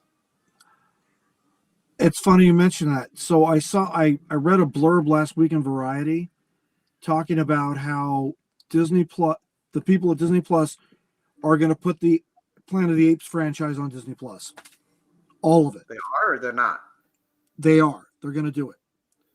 So everything from the 1968 original all the way up to the brand new stuff that they're just now in production development in Hollywood. Right. They want to put it all on Disney Plus. So like that lends me to this is that are they going to bring the apes to Disney? Like, are they going to bring it to the parks? They're going to bring the apes to the parks. Are they going to do that? I mean, because that's going to be a paradigm shift. Yeah, that is a paradigm. Yeah, I mean, they may own the rights to the movies, but I don't know if they own the rights to the characters. Like to the actual IP. Well, like I said, they're actually making new film. Disney's now making new apes movies now. Like Sony has the rights to Spider-Man. Like, I mean, who knows if there's some other. Like, you can't use all the Marvel characters, even though Disney owns Marvel. You can't use them all because Universal still has some. There could be something like that in play. I mean, who knows? But you're talking about the 12-year agreement with the whole Marvel west of the Mississippi. There could be something in play where you can't use certain characters or whatever. Right. Who knows? Right. But That would be interesting if they started bringing not their non-IP stuff into the parks. Right. That would include Avatar too. Then they're bringing that Right. in. Right. And Disneyland Forward is going to be a big part of that as far as the Avatar themed land there at Disneyland Yeah. Forward. Well, So now- and so Simpsons is Fox and Universal has that, but that's Right. on Disney Plus. Yeah. Also Six Flags Corporation has some Simpsons related IPs at their parks. Like Six Flags Arlington has a Simpsons themed attraction. Six Flags Great Escape in New Jersey has a Simpsons themed attraction. And it's all licensed to 20th Century Corp. But it's going to be really weird to see if Disney would actually grab that and put the Simpsons in the park. Like they did with the Muppets when they bought Jim Henson. Right. Well, I mean, it's plastered all over Disney Plus. I don't think there's a time where I haven't seen Disney at the top thing at some or Simpsons at the, I think they're going to have to, because if Universal is bringing all these IPs, new IPs to this island, this Epic Universe. Epic Universe, Mhm. I cannot see Disney just staying put and say, yeah, I'm going to just do my own stuff and grow. There is no way. What I'm expecting now is when Epic Universe opens, I'm going to have a field day going to every Disney parks and walking on the rides. That's what I want to do. No, I hear you. And then Jason, maybe by then you could get your pass, man. I should just boycott. I'm not going to get a key until Iger's gone. Because I know that once Iger's gone, keys will be opened. You Sales think will so? just be, hey, you can buy a key now. Not have to wait 10 hours. So you think right now Iger's the one who's kind of doing? Well, I mean, I don't know if it's Iger per se, but it's the board. Right. And if other people get on the board, Yeah. there's a better chance, Yeah. Yeah, You're right. I don't think, Iger's just a spokesperson. He's not really in charge. I think Peltz will make Disney much more profitable. Yes. Yeah, And I think sure. he understands the parks more than Iger, in my opinion. And he's bringing a guy who used to be the CFO. Yeah, or former Disney, right? CFO. So Yeah. if anybody should be allowed to have a seat on the board, it should be these two people. Yeah. One who's, not only invested in the company, but has a reason to want to bring it back because he's lost so much money. Mhm. And another guy who used to run it. So Yeah, none of the other people have any kind of theme park experience. yeah, I They're on the agree. board. Wow, that They're would be just cool. Other people who are probably friends with Because as everybody speculated, when Epic Universe opens this summer, Disney's going to have to play catch up like nobody's business Oh, to get definitely. those guests back, and that means that like Kenny was like you were talking about the Ford 6th generation figures. Maybe Tiana's Bayou Adventure is going to have those 38 figures in it. Yeah, Maybe they're going to have to bring Zootopia to Magic Kingdom faster than their current plan is. They're going to have to start spending a lot of money to recapture that market share away from Universal. Well, I mean, it's simple. Just take away one of your crappy movies that you're going to make and put that money into Tiana. That would pay for it all. I would agree. Sure. Just like, I definitely see them. I see this whole, like Disney Magic Zach be talking about the Latin themed land that they want to do behind Big Thunder, beyond Big Thunder. Coco and Coco and Encanto. Encanto, yeah. Right. I mean, hopefully that gets developed. Likewise, everybody keeps talking about this whole villains thing and how everybody wants a land devoted to villains. I think if they did that, I've heard that. they're going to recapture a huge people market wanting share. the villain stuff for 10 years already, man. We still I've- don't have it. But I've heard it over 20, so yeah. Yeah, but that lies to the point why don't we have it? Let's make it because everybody wants it. But know? like I agree with Lewis that if this new park in Universal hits and it's a big bang, Disney is gonna have to play a huge catch up. And when I tell you Right. huge, it's gonna be like nobody's business. Yeah. Well, I mean, that's if they just put their money where their mouth should be, that's no problem for them. Yeah. Right. And I mean, Kenny, they have the land. They could build in it. They could build 5 or 6 more parks Yeah. at Walt And Disney World property right now and have still plenty of room. What do they we say? definitely have the land in Anaheim if the Disney's Forward thing gets approved. Right.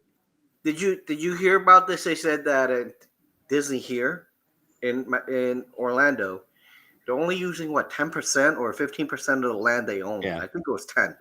But think then that's how much 13%. is- It's currently 13%.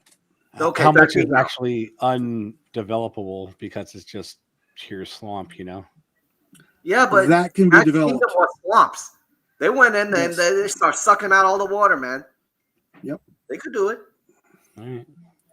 The Well, question then- is, the real bottom line question is, how much of a chop and impact on Disney's guests when this new park opens up? Because you know what, if it's not a big impact, they're probably not going to do anything. But Lewis, and Jason, it's such a big thing now. Everybody's talking about it. Yeah. If we are seeing Yes. that means that impact to Disney is going to be ginormous. Yes. And this is the reason why I say once they open up, they're gonna have to push for either another park or really that, like you said, Jason, that Magic Kingdom in the back and Kanto and all that stuff. They're gonna have to Beyond Big Thunder. Uh-huh. Yeah. If they don't do that, I could guarantee you, I'm gonna go every week and I'm gonna walk up in all those rides and no wait. It's that simple. Right. And Because I can tell you the that crowd will have gone to Epic Universe as opposed to go to Magic Kingdom. Right. just to give you an idea, so think of this as a map, right? I'm up here. This is downtown Orlando. This is Universal. So every time I drive down to Magic Kingdom, this area, all I am seeing are those scaffoldings, building. Right. Mm-hmm. Right by there. Okay. Now you drive down to Disney.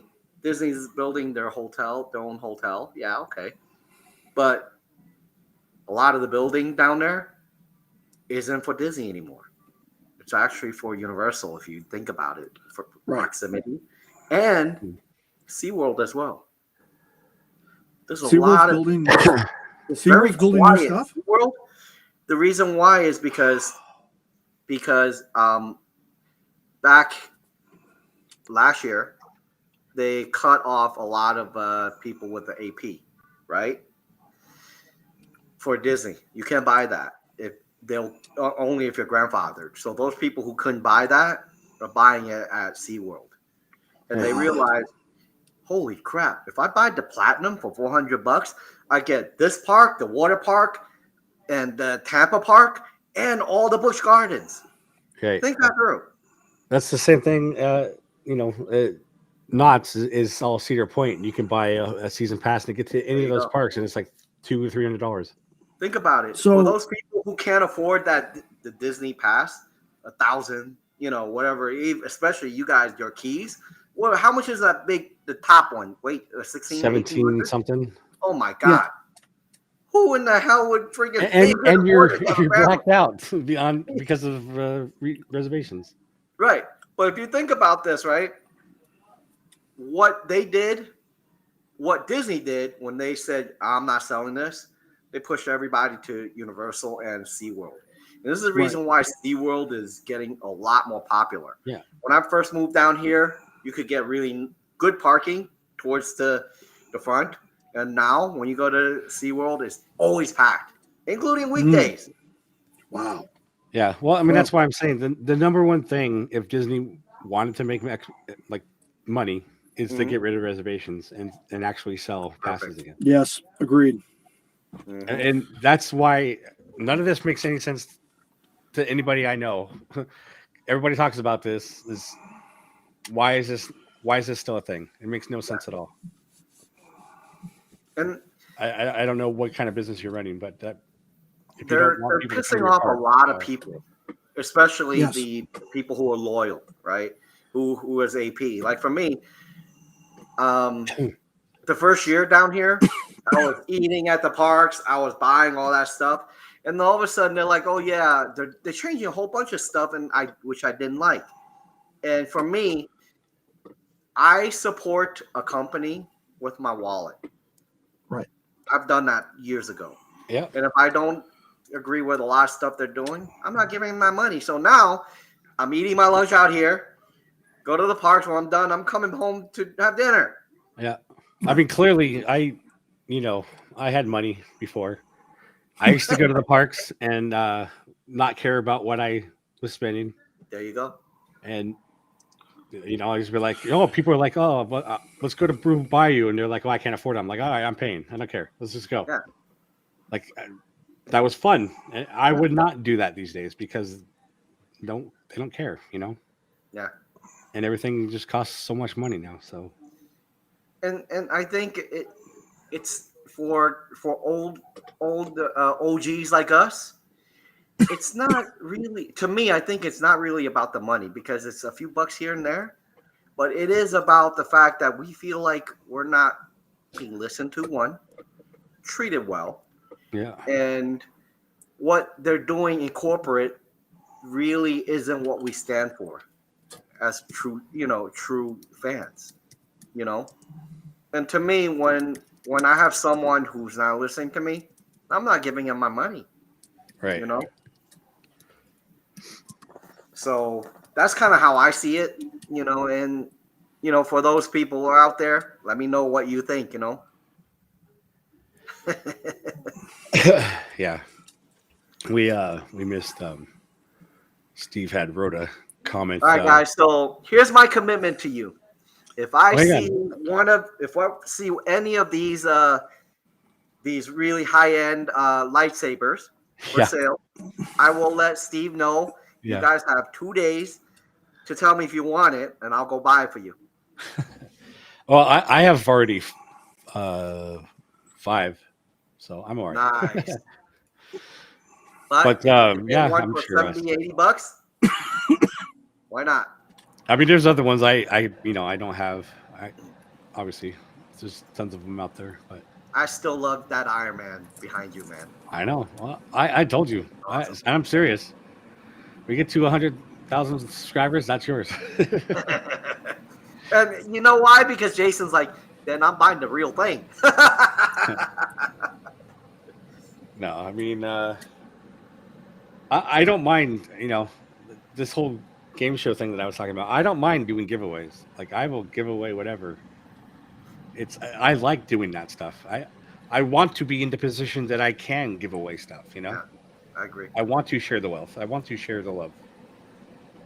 So Right, I and even it's excellent promotion. yeah. Well, for the game show, even though these are small, I just bought these for giveaways too. Just player Oh, cards. that's pretty cool. Those One's are cool. Disney 100 and then villains. So Right. That's awesome. I got we'll do small things, we'll do bigger things. I'll give away signs. I'll give it whatever. So Cool. Excellent. and I'll show that to you, Kenny, after we wrap this thing. But Well, let me ask you a question. This is a question based on our current theme, or for the video. What is your favorite, the best theme park that's themed so well that it needs less scrims and things like that, in your opinion, of all the parks that you've been to, that needs least amount of work? least amount. I mean, but it's been 20 plus years since I've been to, DWD. So Okay. Anything. I mean, LA, anywhere, any park. I would probably have to say Universal Hollywood doesn't need as much help as Disneyland does. Okay. And I haven't been there in a while either, but you know, I mean, I've seen it. That's an awesome park. Yeah. So I do agree with you. Like when I first got there, I'm like, wow, this is actually pretty good. You know, even compared to the ones in Universal here, it's And that thing is built on a mountain. yeah, it's built by mountain. You Yeah, got the multiple levels and you of know what? things The in Harry the Potter queue on that mountain is awesome. Yeah. You can't do better than that. You know. All right, Louis. What about you? Tokyo Disney Sea needs no improvement. Tokyo Disney Sea is arguably the finest theme park in the world. That Arguably. is one park I want to go to. Yeah, me I think too. I Jason highly would talk recommend about you that. do. Highly recommend you do. All right. Our friend let's start Chris at saving. LMG Vids has plenty of videos on Tokyo Disney Sea. Yeah. Well, I mean, we've done the ride-throughs for there, so Right. yeah. I mean, it's the whole concept of the sea came from that park, the Society of Explorers and Adventurers. Right. Been working on that sign too. Oh, that's beautiful. I just got to Very nice. paint them. So That's pretty damn cool. Makes you wish Pleasure Island came back to Walt Disney World. Man. I actually went there once. Yes, I it's cool. yeah, I was All right. 20. Let me ask you something, Jason. What is your favorite part about the Pleasure Island? You too, Louis. Well, I mean, again, I was like 20, so obviously Okay. getting the drink and doing whatever. But I honestly don't remember much about it. A lot of drinking. Right? My favorite part about Pleasure Island was the Explorers Club. It was so immersive. You felt like you were in either a film or a TV program about the Society of Explorers and Adventurers. You mean that's like the coolest thing that was ever at Pleasure Island. Yeah. I honestly don't remember if I went there when I went there. I just went whatever and drinking. But having seen videos and knowing, what the society has become now, like that was awesome. That it was the coolest thing ever. That should be something that is brought back to like Springs. I'll tell you something which you'll probably think I'm strange. The best part that I liked about Pleasure Island was seeing people actually get into fights for parking. Every time I go there, I see people fighting. That was the best part. I'm like, real man. Where else can you see a live fight, man?